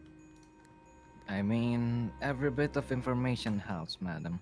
It helps me to determine on how to handle this problem of ours. I do wish that we can just kick her away from the world that's not supposed to be. Excuse me? Oh, I'm sorry. I was saying that I'm trying to find the underlying problem of the girl. She's not even supposed to be on the barrier side. She can't even fend for herself. Isn't that strange? It is strange. But then again, isn't it your job to figure that out? As you say it? I suppose. So yes, Well, I'm going to do exactly just that. Well then, Mr. Godwyn, I have to go start preparing dinner for the children. So if you'll excuse me. Oh, Mr. Godwyn, one more Oh thing. yes. What is it? You did mention that protecting Sarah will be part of your job. Am I correct? Yes, that is quite correct. I see. But I understand that sometimes I don't exactly know who you are actually and what you do, but sometimes I'd like to assume that perhaps in the course of running your job, maybe, you will be asked to do things that will be out of your promises. Well, should that ever happen, and you willingly choose to harm Sarah, well, she steps up to Godwyn again, and you can kind of feel this, she's very cold. Like physically She's cold. really you can feel like if you know like dry ice, where there's like wisp of cold smoke. Yeah, you can feel she's really cold. Experiencing that, Godwyn did not do his usual chuckle or trying to laugh at the situation. He actually just stares at her deeply and then smiles and gives her a small bow. I understand. Just like my job, you have your own, and I don't. I'm not going to take it to heart. And neither will I. Good day, Mr. Godwyn. Oh, what about my dinner? You are a big boy. I am sure you can go get your own. And Godwyn let steps us a through the laugh gate. and then waves goodbye to Sae. She just ignores the wave, Steps through the gate and picks up her apron and ties it around her and starts walking in. Before that, Oh shit. God, not gonna lie, as your friends, the two of you. Yeah? Sometimes it's so hard to see two people who are so hard at beating around the bush. So bad at beating around the bush. Trying to do so. I was like, God, these two are so bad at it. Beating around the bush, goddammit. I like to beat people on bushes. None of Yeah, me those too. people are so good at it. Not around the I bush. hate doing it. Inside the bush. The two most direct people that I know, I guess. Oh my God, it's so funny. Okay, anyway. I didn't expect this to be like this. Oh. You expect me to Sorry. go into the house like, hey, Hoshino Sarah. You expect me to let him in? I didn't expect. It's more like I didn't expect you to actually ask Sae instead of the main caretaker. I mean, I have plans for that. I could tell you right now what I'm about to do. But you know what? I will let the two of you please roll luck check. Looks like. I believe the two of you are walking towards opposite direction, right?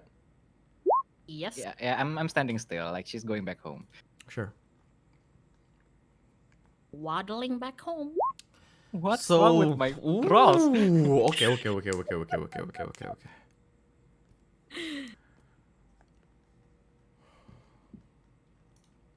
Well, show must go on. Sorry. No. I'm sorry. What? What? Hold my hand, bro. Oh God. I'm sorry, I can't. I'm a creepy old man. That's true. You see, Sae, you left Godwyn, who's just standing still on that road, on that street as you walk towards the orphanage. You go through the gate nonchalantly, only to notice someone already standing within the perimeter of the orphanage. So basically within the inside of the gate. He doesn't look like he was before, but you know him. But right now he's actually looking kind of slick. Like he's wearing just this formal suit and everything, but it's Danish.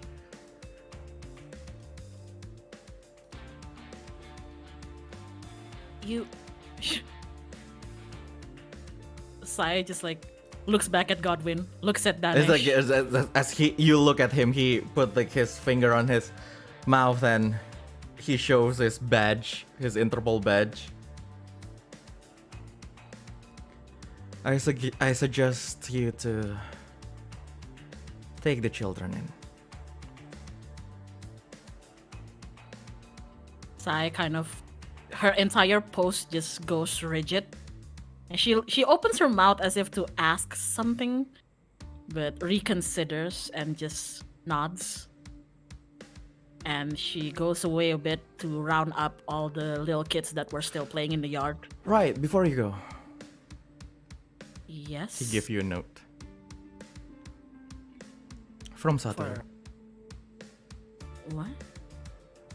She just takes it and kind of steps away from him a little bit and opens it.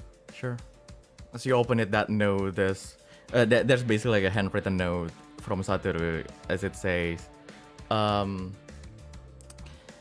I need to put an end on I need to put an end to this. Please take care of things from that side. Satoru.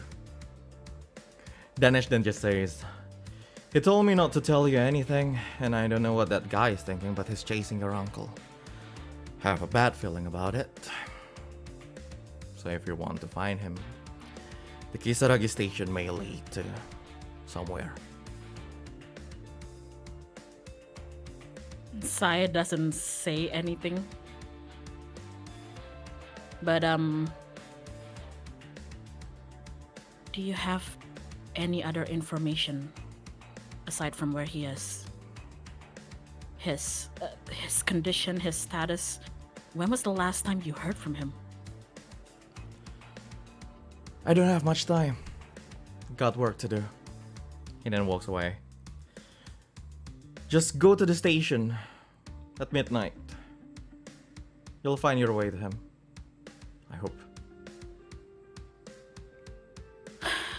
I hope so too. I'll take the children. As he walks away.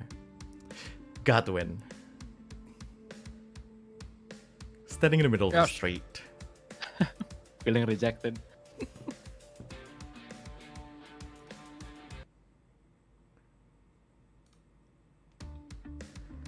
You see emerging from the gate of the what is it? The orphanage. This man that you've seen before, just a glimpse. He raised like this badge, and it looks like the police. You turn around, and you realize at each end of that street, there's a few cars blocking it. And a lot of them are police cars. Godwynn. End of the line. End of the line. Did I feel that? Did Godwyn feel that? Like Well, he is being see surrounded? them. You see all of them. Like you know that you're surrounded. And as this guy walked towards you, he said, Oh wait. mm-hmm. As he walks towards me, can I secretly call the boss? Open phone, calls boss. Inside his pocket. Sure. You Thank take you, next. you take out your phone and you call boss.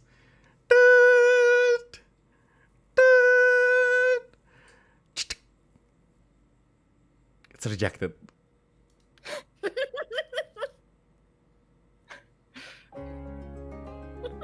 Godwynn picks up a rock. Let's not make a scene here, Renato Dubois. You know the deal. And I don't think I want to damage any orphanage around here. You are under arrest for the murder of Tanishima Haruto and countless other individuals. You have the right to remain silent. Anything you say may or may not be used against you in court. You have the right for an attorney, but I'm sure you don't need one. Mind cooperating with us? Godwynn looks around and looks toward the policeman's. Is that policeman's? Yeah, there's a lot of like police officers. Like there's like 4 of them in one end, and there are 4 of them the other and the other end. You're literally like surrounded. A bunch of the other cars are like just these black cars and all, and a few of them are actually cars with the emblem of the 444 division of Tsukimori Police Department. Please roll a spot check. Luck check. That's a luck check. Goddamn luck checks. Not the best luck I have. Is Sai seeing this? If you want, then you can. Oh my god. I want to change the 1 to 6. Sure, you change the 1 to 6, so that will be 12. What you see on one end with the 444 division standing as he shrugs his shoulders is Yuki Hexenmeister. As he's leaning at one car, just looking at you with this like smug face. And on the other end, looking at you, smirking, grinning as wide as he can, is Johannes M. Faust. Godwynn looking at the 2 of the things that he thought wouldn't actually would. He lets out a very hearty laugh. Laughing as he laughed and laughed, he uses his wait, let me just check for it a bit. He uses identify at everyone except for Danesh and the other 2 to check if they are a Kamigakari. Oh yes, all of them are Kamigakari. God damn it. I know you're just going to use the strength thingy anyway. But yes, all of them are Kamigakari. Okay, you know that. Using the strength thing, I use even and then change the 2 to 6. He lifts both of his hands in surrender and said nothing. Sure. A lot of like these police are like pointing guns at you, and Danesh just get close to you.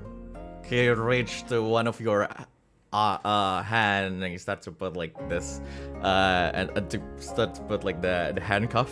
Are you going to struggle? I'm going to pull the Nash's hand. Oh, And then activate a barrier.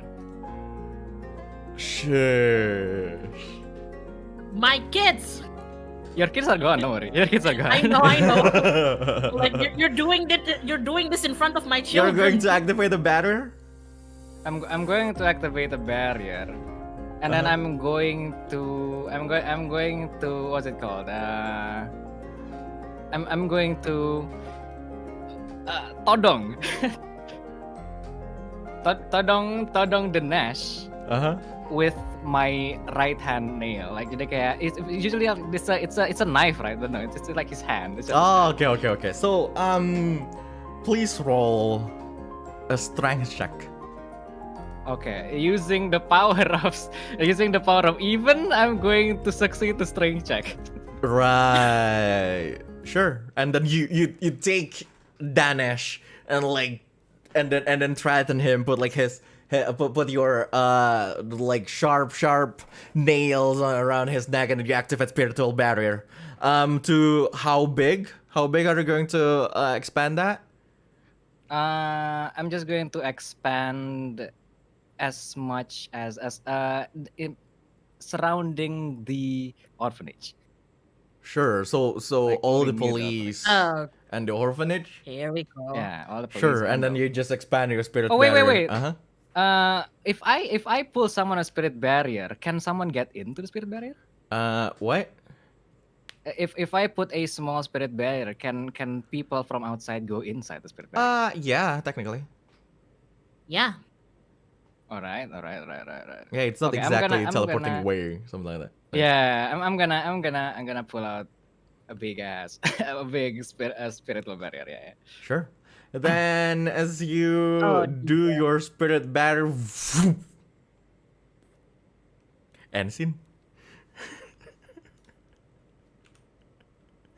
I'm sorry. My boy Danesh. I'm not concerned about Godwynn. By my own child. I was about to ask a question. Mm-hmm. Like if I search on the internet, Godwynn's real name, Renato would the Dubois? one the thingy, yeah, would that appear the result Oh, of it the, will, you yeah. know? I have reason to tell everybody without telling that I know from the file. Oh god. Anyway, Thank you for confirming. I'm gonna mute. let's roll back a little bit. It's like 10 to 20 minutes.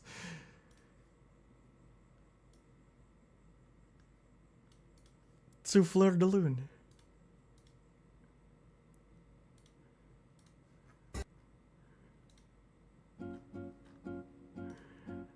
Hi, Zaya. Okay, this has been funny so far. I hope it's still funny when it's my turn.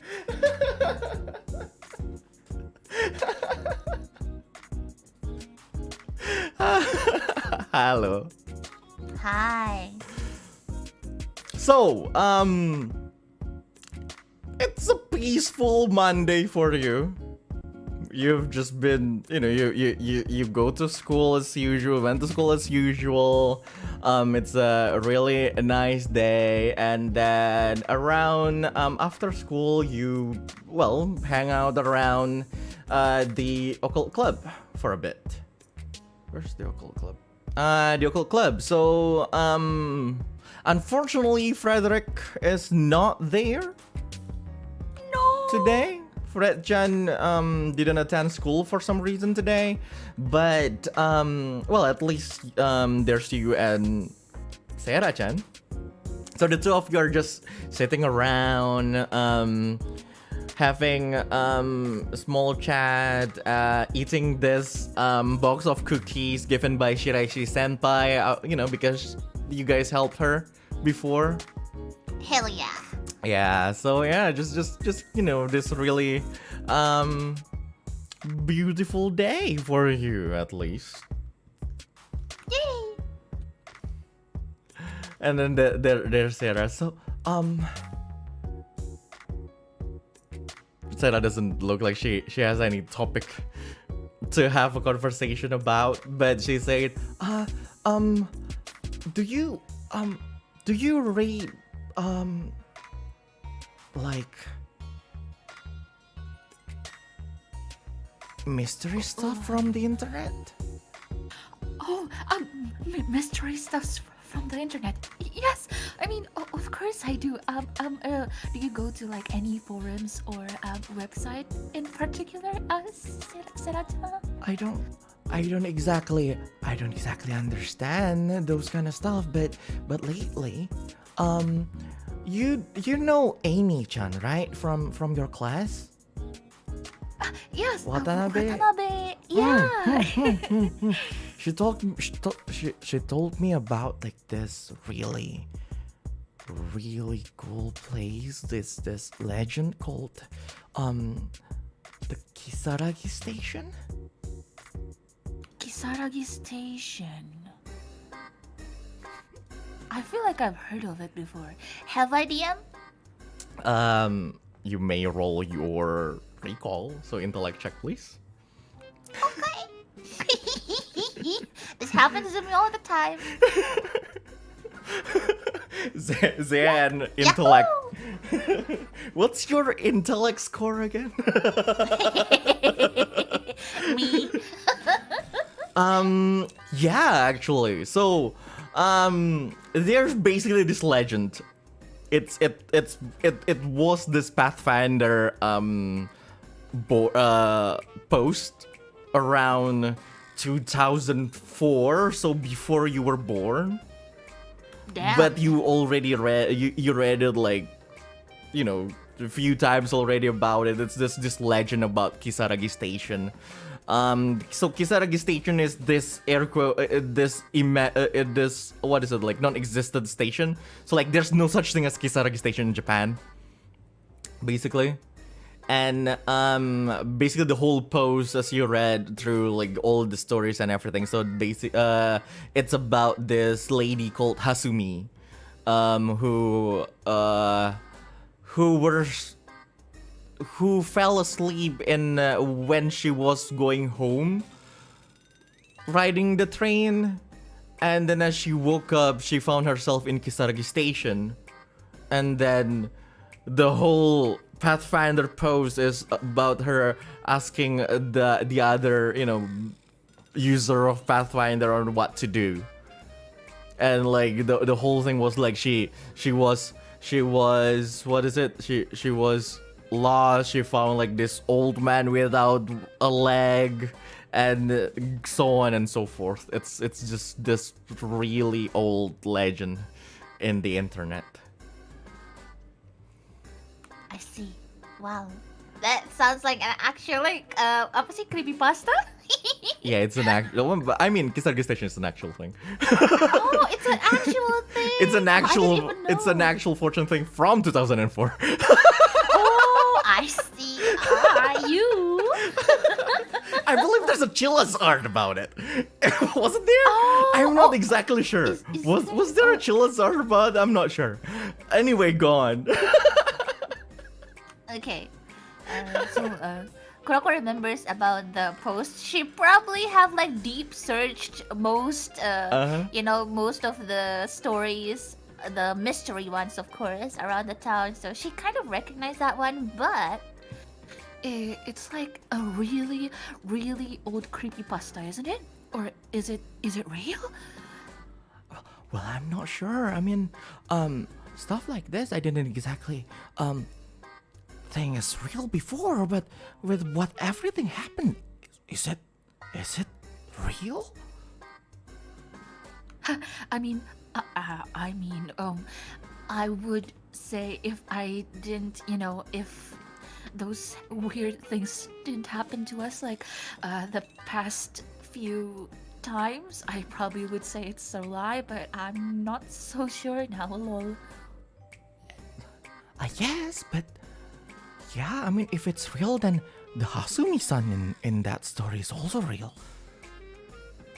Yeah, but how old would Hasumi-san be? If she still exists now, and if she exists at all, of course. I'm not sure.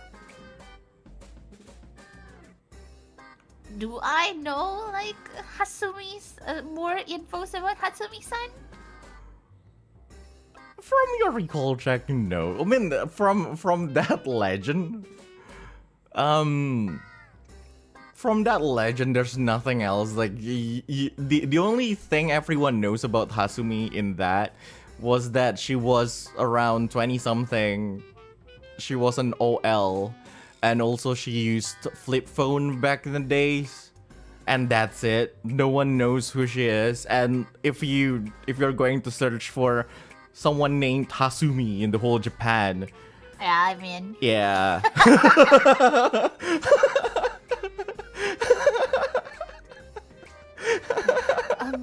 I mean, if she was an office lady back in 2004, it has been how many years now? I feel like she'd be a really old lady, wouldn't she? Is she even alive? 2004? Then that's like 18 years ago. Older than us. Yeah. Maybe she's like 40 right now. Maybe. Would you like to find out?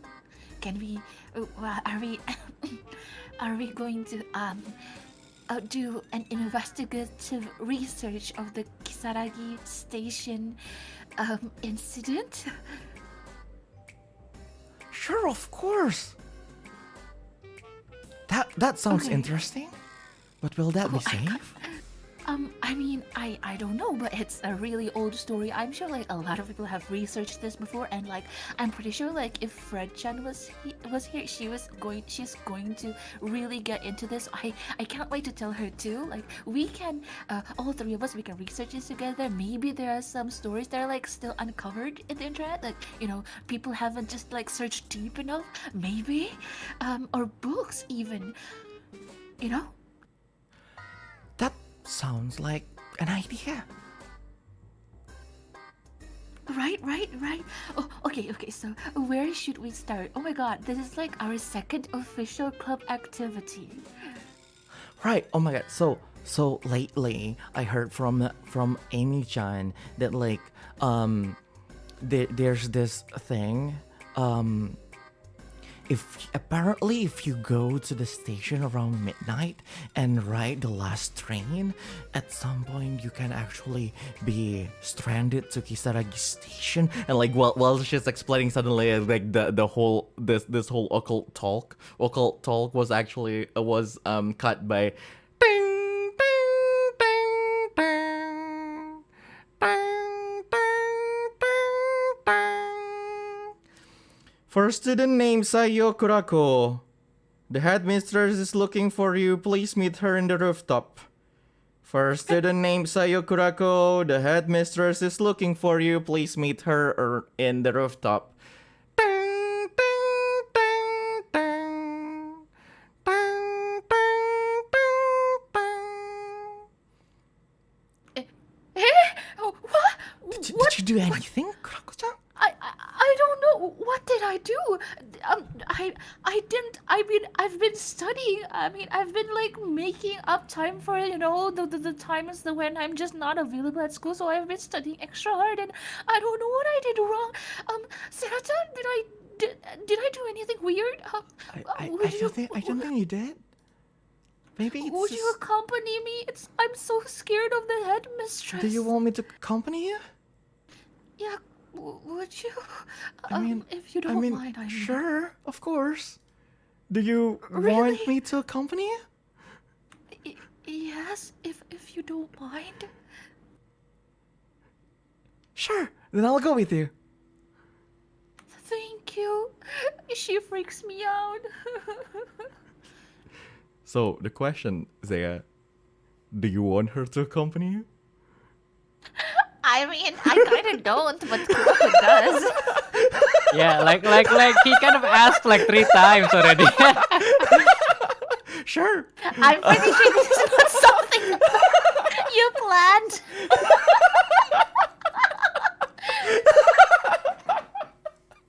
I didn't say anything. I'm just making sure. No. So it's already it's after school, so the sun is already setting. The sky is a little bit darker now, and then you make your way through towards the rooftop. Your club room is probably around the first floor, and then you go up like a few stairs, like up to the 5th, and then there's the door to the rooftop. The rooftop is always accessible for everyone. It's just this nice park there. And then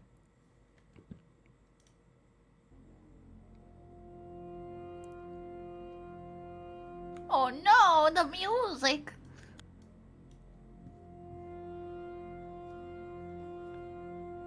as you open that door and then you walk to the rooftop,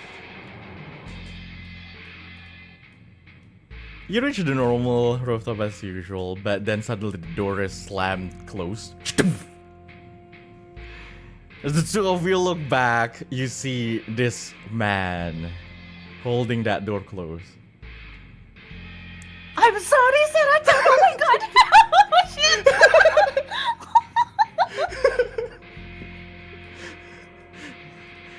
You see this man.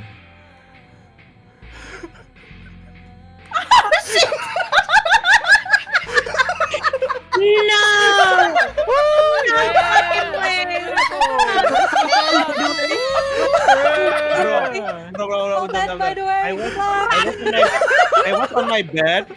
I was on my bed like half awake because of the medicine I took.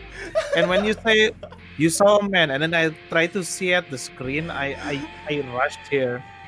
Oh my god. Fucking luck, dude. With fucking luck. Why? Crack? The door was closed.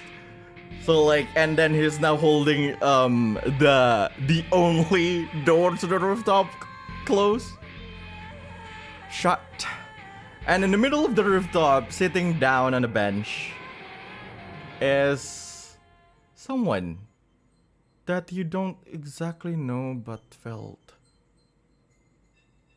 a little familiar. I swear, I have never met any of these characters. Yes. So the one in the middle is just this boy, probably like a teenager built. He wears this huge pair of round glasses, and he has this short white hair. You see this man.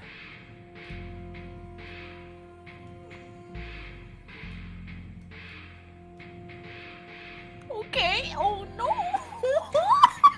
Real shit. Oh my fucking. holy shit, the two angels and the two people. We were like, holy He- shit. It has been a fun succession. It has been a really He fun succession. smiles towards the two of you. His eyes widened a little bit. Not exact, like it looks like he's a little bit surprised, but then he shrugs. Oh, didn't think that you will bring Sarah here, Kurako. And then Sarah was like, Awanajaku-san? Is that you? You guys know each other? Oh yes, of course. And Sarah looks at it and she let go of your hand. Amanajaku-san is the one who's been helping me all this time with a lot of things. And then she walks to him and, what are you doing here? I thought we're meeting the headmistress. Oh, she will join you guys later, but didn't expect you to actually accompany a friend here, Sarah. Well, she looks a little bit scared. So, she wanted me to accompany her. Yeah. And then, Sarah just smiles. Amanajoku looks at, you, Kurako, and I see. Well, nice to meet you, by the way. I believe we haven't met before. My name is Amanojaku. I believe I messaged you through Record a few weeks ago. Kurako stays silent, but like just a few days or maybe weeks ago, she literally heard Amanojaku's name, and like what this red chamber, crimson chamber thingy. Just like a few weeks ago. And then I'm remembering the record, and she's speechless, and like she doesn't know. Even though she felt like earlier she wanted Sarah's help, but now she felt like she didn't even know who Sarah is, and she just looks around real confused, and she took like 2 steps back and goes, I think you're calling the wrong person. You take 2 steps back and you get closer to, the old man standing behind you. He's just crossing his arm. There's this huge sword around his waist, and I'm pretty sure you're calling the wrong person.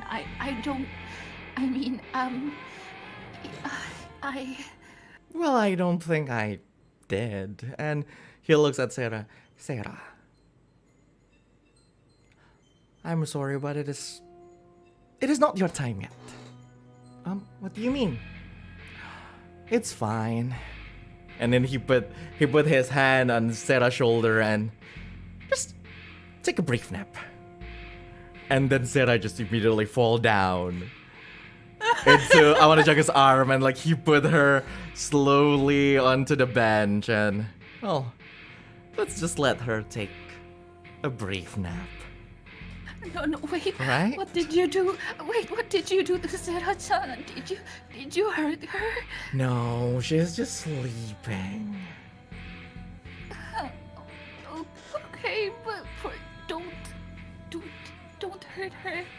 I'm not going to hurt her. Besides, everything I do is for her.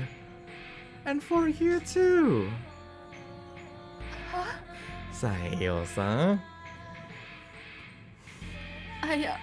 Well, you got my name right, but you might be looking for the wrong Saiyou, and my name is quite rare, but I'm pretty sure there are other Saiyous in this city, and I'm not sure if you're currently looking at the right person. Oh, really? You're not Saiyou? Kurako? Or the Kurako from the Pathfinder? The one I sent Yes. record message to? I mean, You're not yes, that person? That's me, but I don't know what's happening, sir. Well, of course you don't know what's happening, but don't you want to know what's going on? What's actually going on? Kurako? What's going on with what? With this whole city? You still care about the city? What? Of course I do. It's the place I've lived all my life, and Well, of course I'm not talking about the city. I'm talking about you. me. Don't you want to know about Angelica? Angelica, how did you, how I never told anybody that, Well, I mean, he crossed his legs and let's just say I'm the one who introduced you to her, or introduced her to you. Which one do you prefer? what? But the email, it was you. Oh, everything. Everything? Email, What do you- chat, whatever you're talking about. Oh, everything. Everything, honey. What? Why? Why would you? I never asked for. Well. He smiles. Let's just say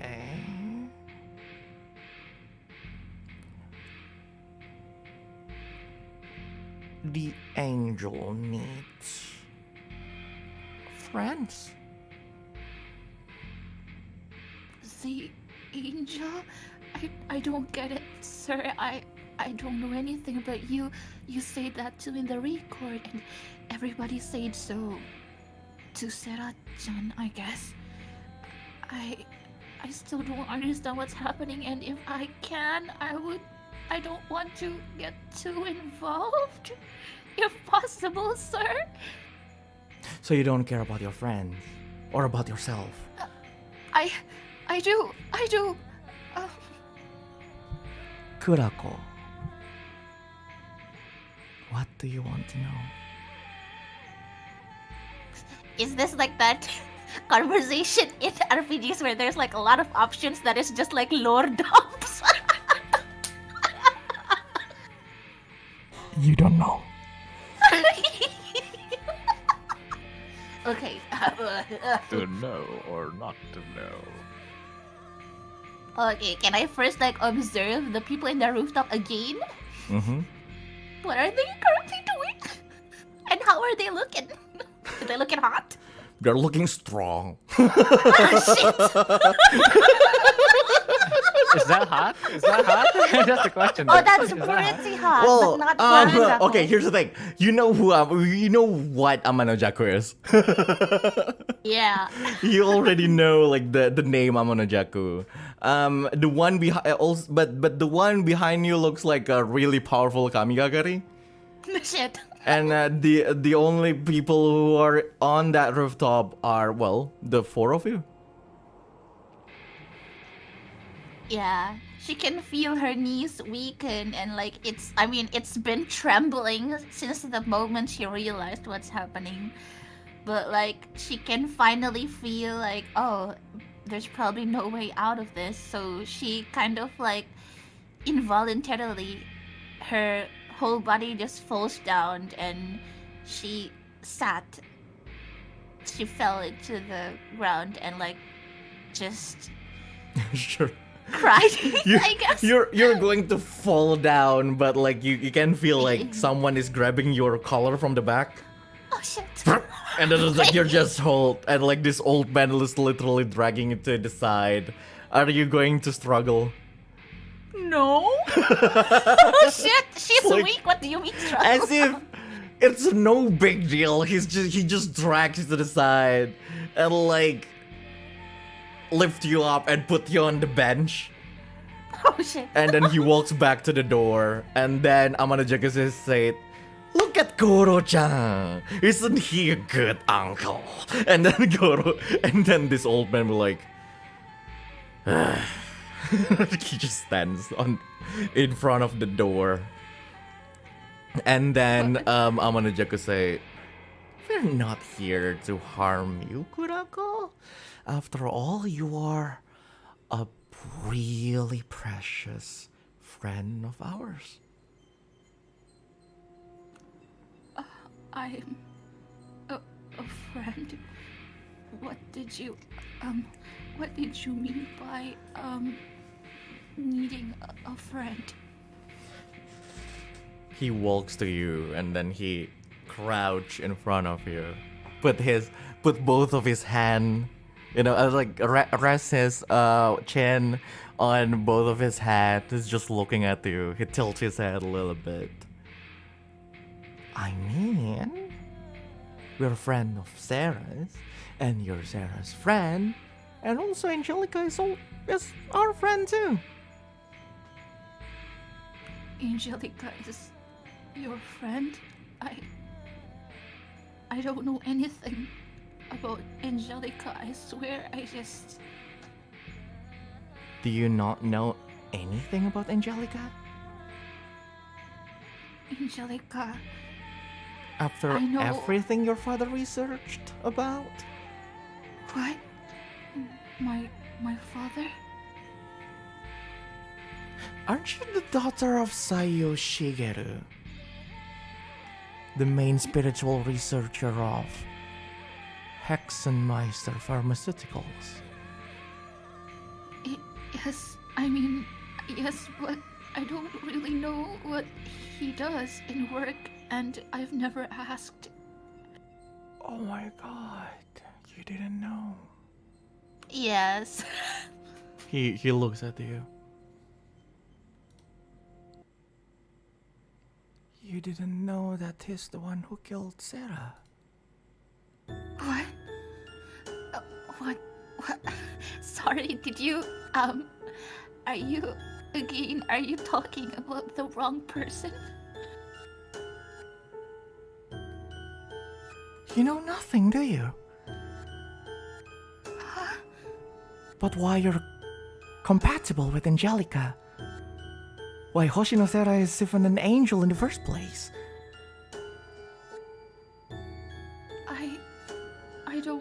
I don't know. I thought it was just bad luck and... Do you even know what Sarah is? Do you really don't. think she's just a human like you? I saw Sarah-chan got stabbed, and then she just got back up like nothing happened. But I don't know. Oh, poor Kurako. You know nothing. I know nothing. I'm not trying to, am I supposed to, why did you take me here? Well, of course you're supposed to know if your whole birth is what caused her to die. What do you mean by that? I don't. Saiyou-san. He then stands. He turns around. He takes a few steps back. You can see from behind his white smile, you see there's this immense, like this aura of anger in his head, and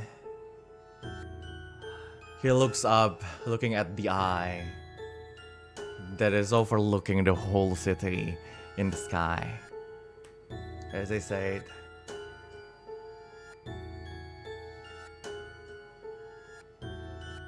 which one do you think is Hoshino Sera? Kurako. Pardon me? The one laying there, as he looks at the bench with Sera laying down, or the one up there as he looks at the eye. Do you look at the eye? Yes. Roll resistance check. Shit.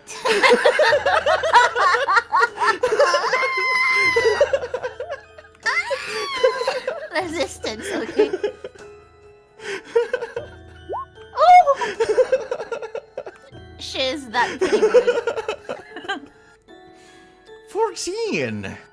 Oof, the mental burden is quite heavy, but you managed to enter it. You can feel like this really heavy, this really heavy pressure in your head. It's like, and then you can hear like this ringing. You just like, you can't help but but to hold your hand as if you're going to fall. But you didn't take any damage. But like through that whole just 5 seconds of pain, you see like images flashing in front of you. You see like this people you don't exactly know. You see for some reason Godwynn, and then you see this guy that looks like a younger version of your dad, and then you see like just this area that's in the middle of like you feel like you're looking from like this POV where you are surrounded by a lot of people, machineries, researcher and everything. You look and then look up, and the last thing you see is like just this monolith going up, and then the last thing you hear is just this scream of a baby, and then you're back to reality. And once again he said, "Which one do you think is the real Sera, Kurako?" What happened? I don't know. Who is the real Sarah? I don't.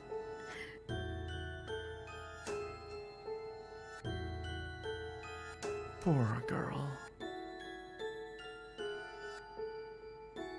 This is why humans are not good.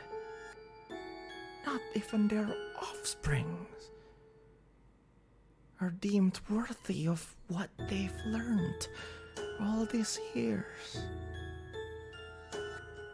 He's been with you all your life, and not even a word he told you about Angelica. nor about what he did 16 years ago to the whole humanity. What? I. Who is. Who am I? Do you want to know, Kurako? Who you really are?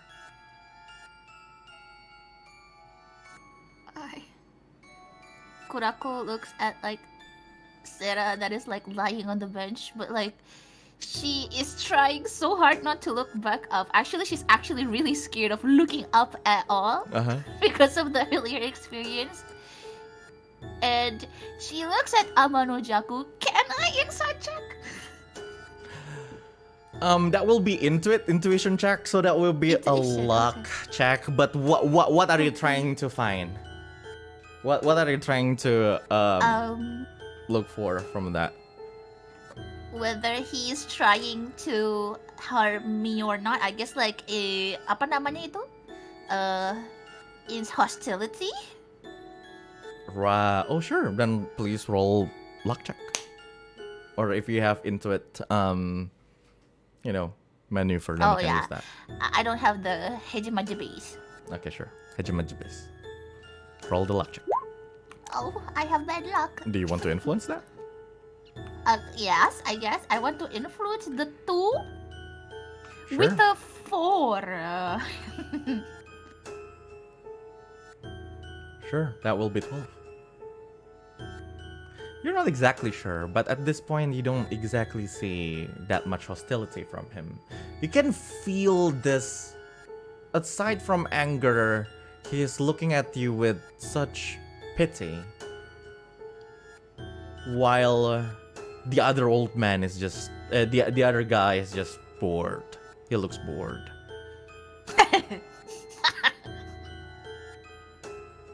Okay, there's no hostility. That's Kurako can sense, right?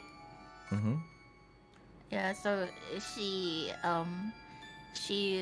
looks at Amano-jaku straight in the eye. Well, you can see that her eyes are like watery and stuff. Her glass is misty, and she just whispers, I wanna know everything. Of course. Of course you do. He walks towards you and then he leans a little bit and he puts his hand on your head. Pat you a little bit. Then come with me. The Crimson Chamber is waiting. Oh my god. Oh my god. What do you want to do? Well, I don't feel like Kurako has any choice, so she is going to follow suit. Yes. Sure. He stands up and help you stand up.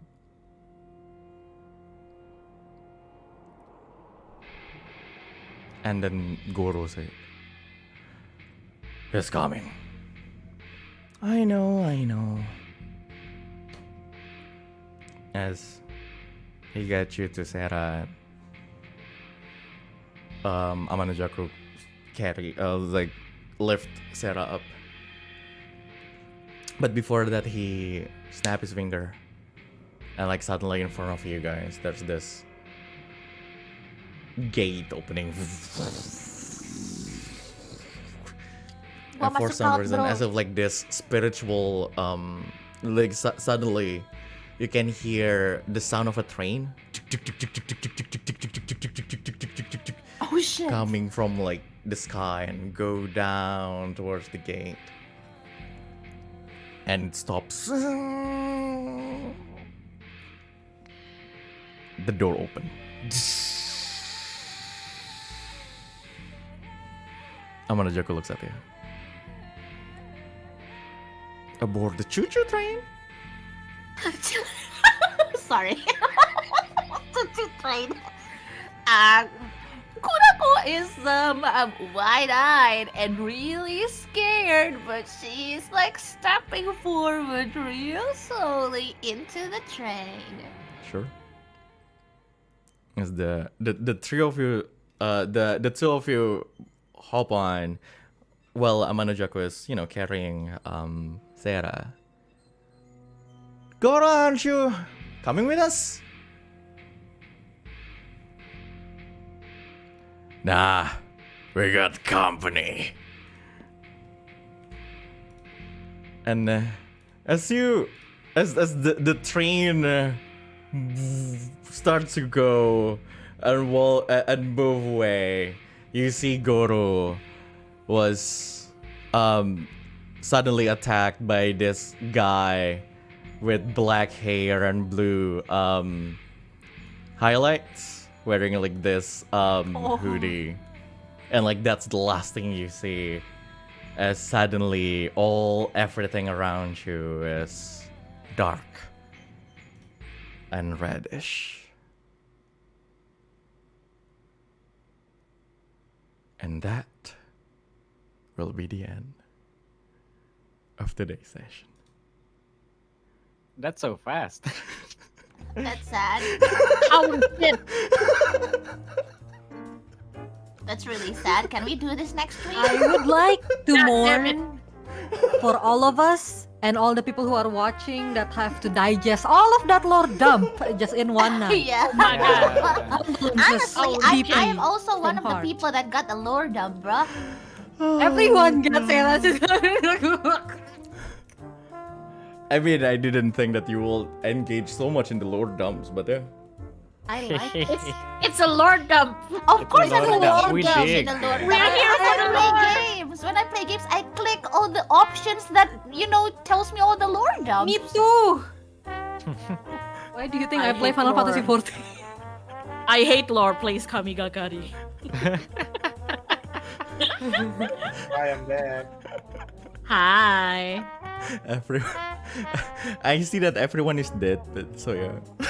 Yeah, everyone. Everyone has been dead. that time. We're kinda, everyone yeah, has been it's a that bit polluted late. time. Yeah, that's why I ended it there. Thank you. And then there's me with the cat. Give brain some time to process, please. That is a lot of things at I need once. to like That is a lot separate of things that I knew as a player and things that I knew as her. Decisions makings and stuff. Oh my What god. gonna do from now? Can Holy we shit. do this next week? I don't like cliffhangers. Wait, Yeah. wait. No. Next week, I don't think we can. I can't yeah. next week, sorry. Oh yeah, that's true.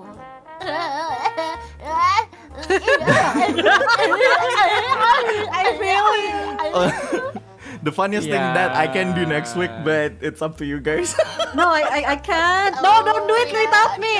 I swear to God, if you do the continuation without me, I'm gonna cry. I'm gonna record a sound of me crying on my digital audio workspace and post it on Twitter. Oh my god. Okay, we'll talk about that later, but hey guys, how's today's session? I'm dead. Notes. Here's the thing. Like everything's going. Okay, someone's someone's messing with the police. Someone's getting taken by a train. and then there's me with the cat. Someone got invited by a cat. Yeah. Godwynn, you got things to do this session, huh? Yeah. Yeah. Going through thousands of police, sure. That's what I do. Oh my god. Hey, you got to terribly beat around the bush with somebody who's also terrible at beating around the bush. Not only he's messing with orphans. Oh god. Also Yeah, just remember everyone, This is Godwynn the best day gets ever lonely for at me. night. No, here's the thing. Like Godwynn's line, this session, like if it's taken out of context, that is very dangerous. Yeah, I know, right? It was like Godwynn. my Godwyn God. without Right, Galilei, context. please repent.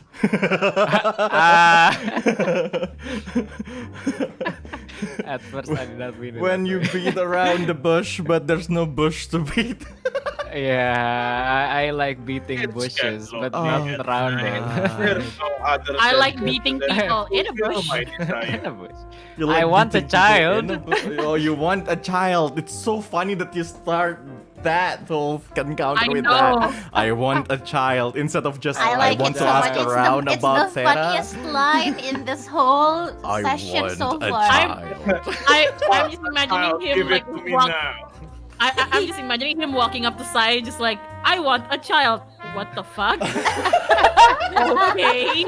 I want a child. I get lonely at night. I get lonely at night. I want a Alright. child. It's like, what the fuck, man? What Sai the presses the panic fuck? button. Well, And he get arrested, alright? and That's for what you the get. love of God, it's Hoshino Sera, right? Yes. I remember it. I remember it like at the start of the session, but then I suddenly forget about Right, it. you could like, I don't know, get a post-it and then like write Hoshino Sarah and then I place it on actually your wrote, monitor. Oh, no, no, no, I I wrote did. every I did. social links, ala social links The- in like one docs. I will actually go to you and like just write Hoshino Sera on your forehead. He can read that. It just knocks on my door. Yeah, is Rai here?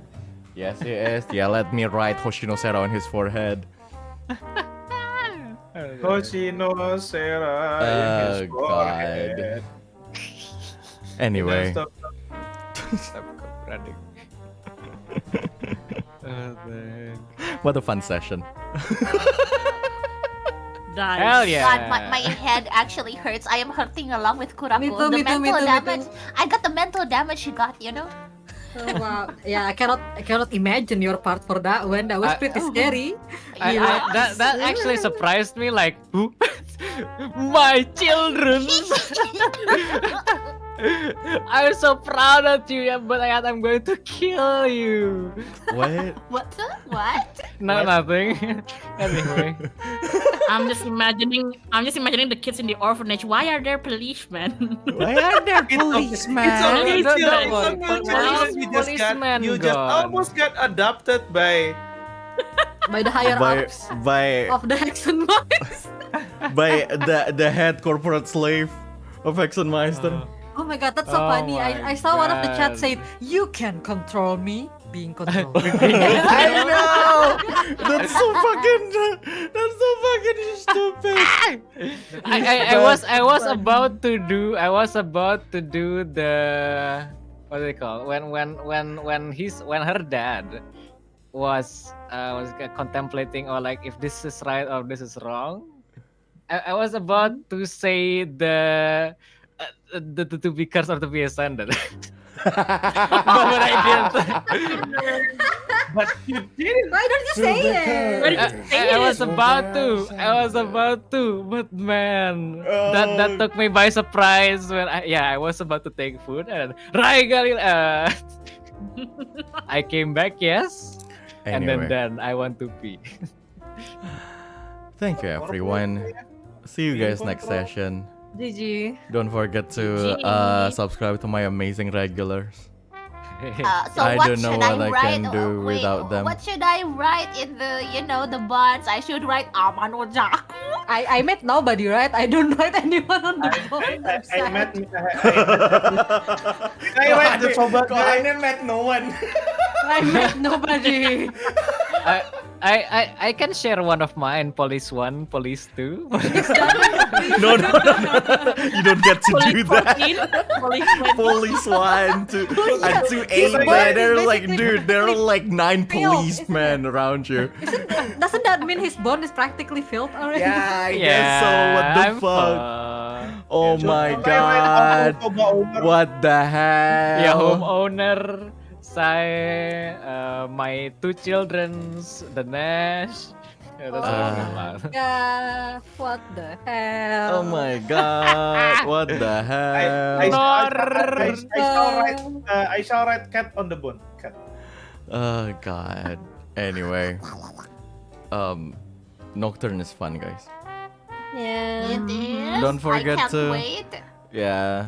Anyway, subscribe to these people, amazing regulars. Dea Cornelia, Yanela Tiora, Nara Haramaung, Takarajiman, Rai Galilei, and Laila Australia who's not here. And yeah, subscribe to the channel, I guess. Is there anyone wanna say anything before I end the stream? I can't Fuck wait you to and thank you. continue this. Look, if you have anything you want to ask of session, please do. I will explain everything again. It's fine. I like doing Lord Maybe props. not today. My brain. I my brain know. I think I will. My brain is know. I will, I Reza. I will, Reza, please. Yes, of Reza, course. yes, Anyway, thank you. thank you everyone. Oyasumi nasai. Otsukareja. Otsukareja.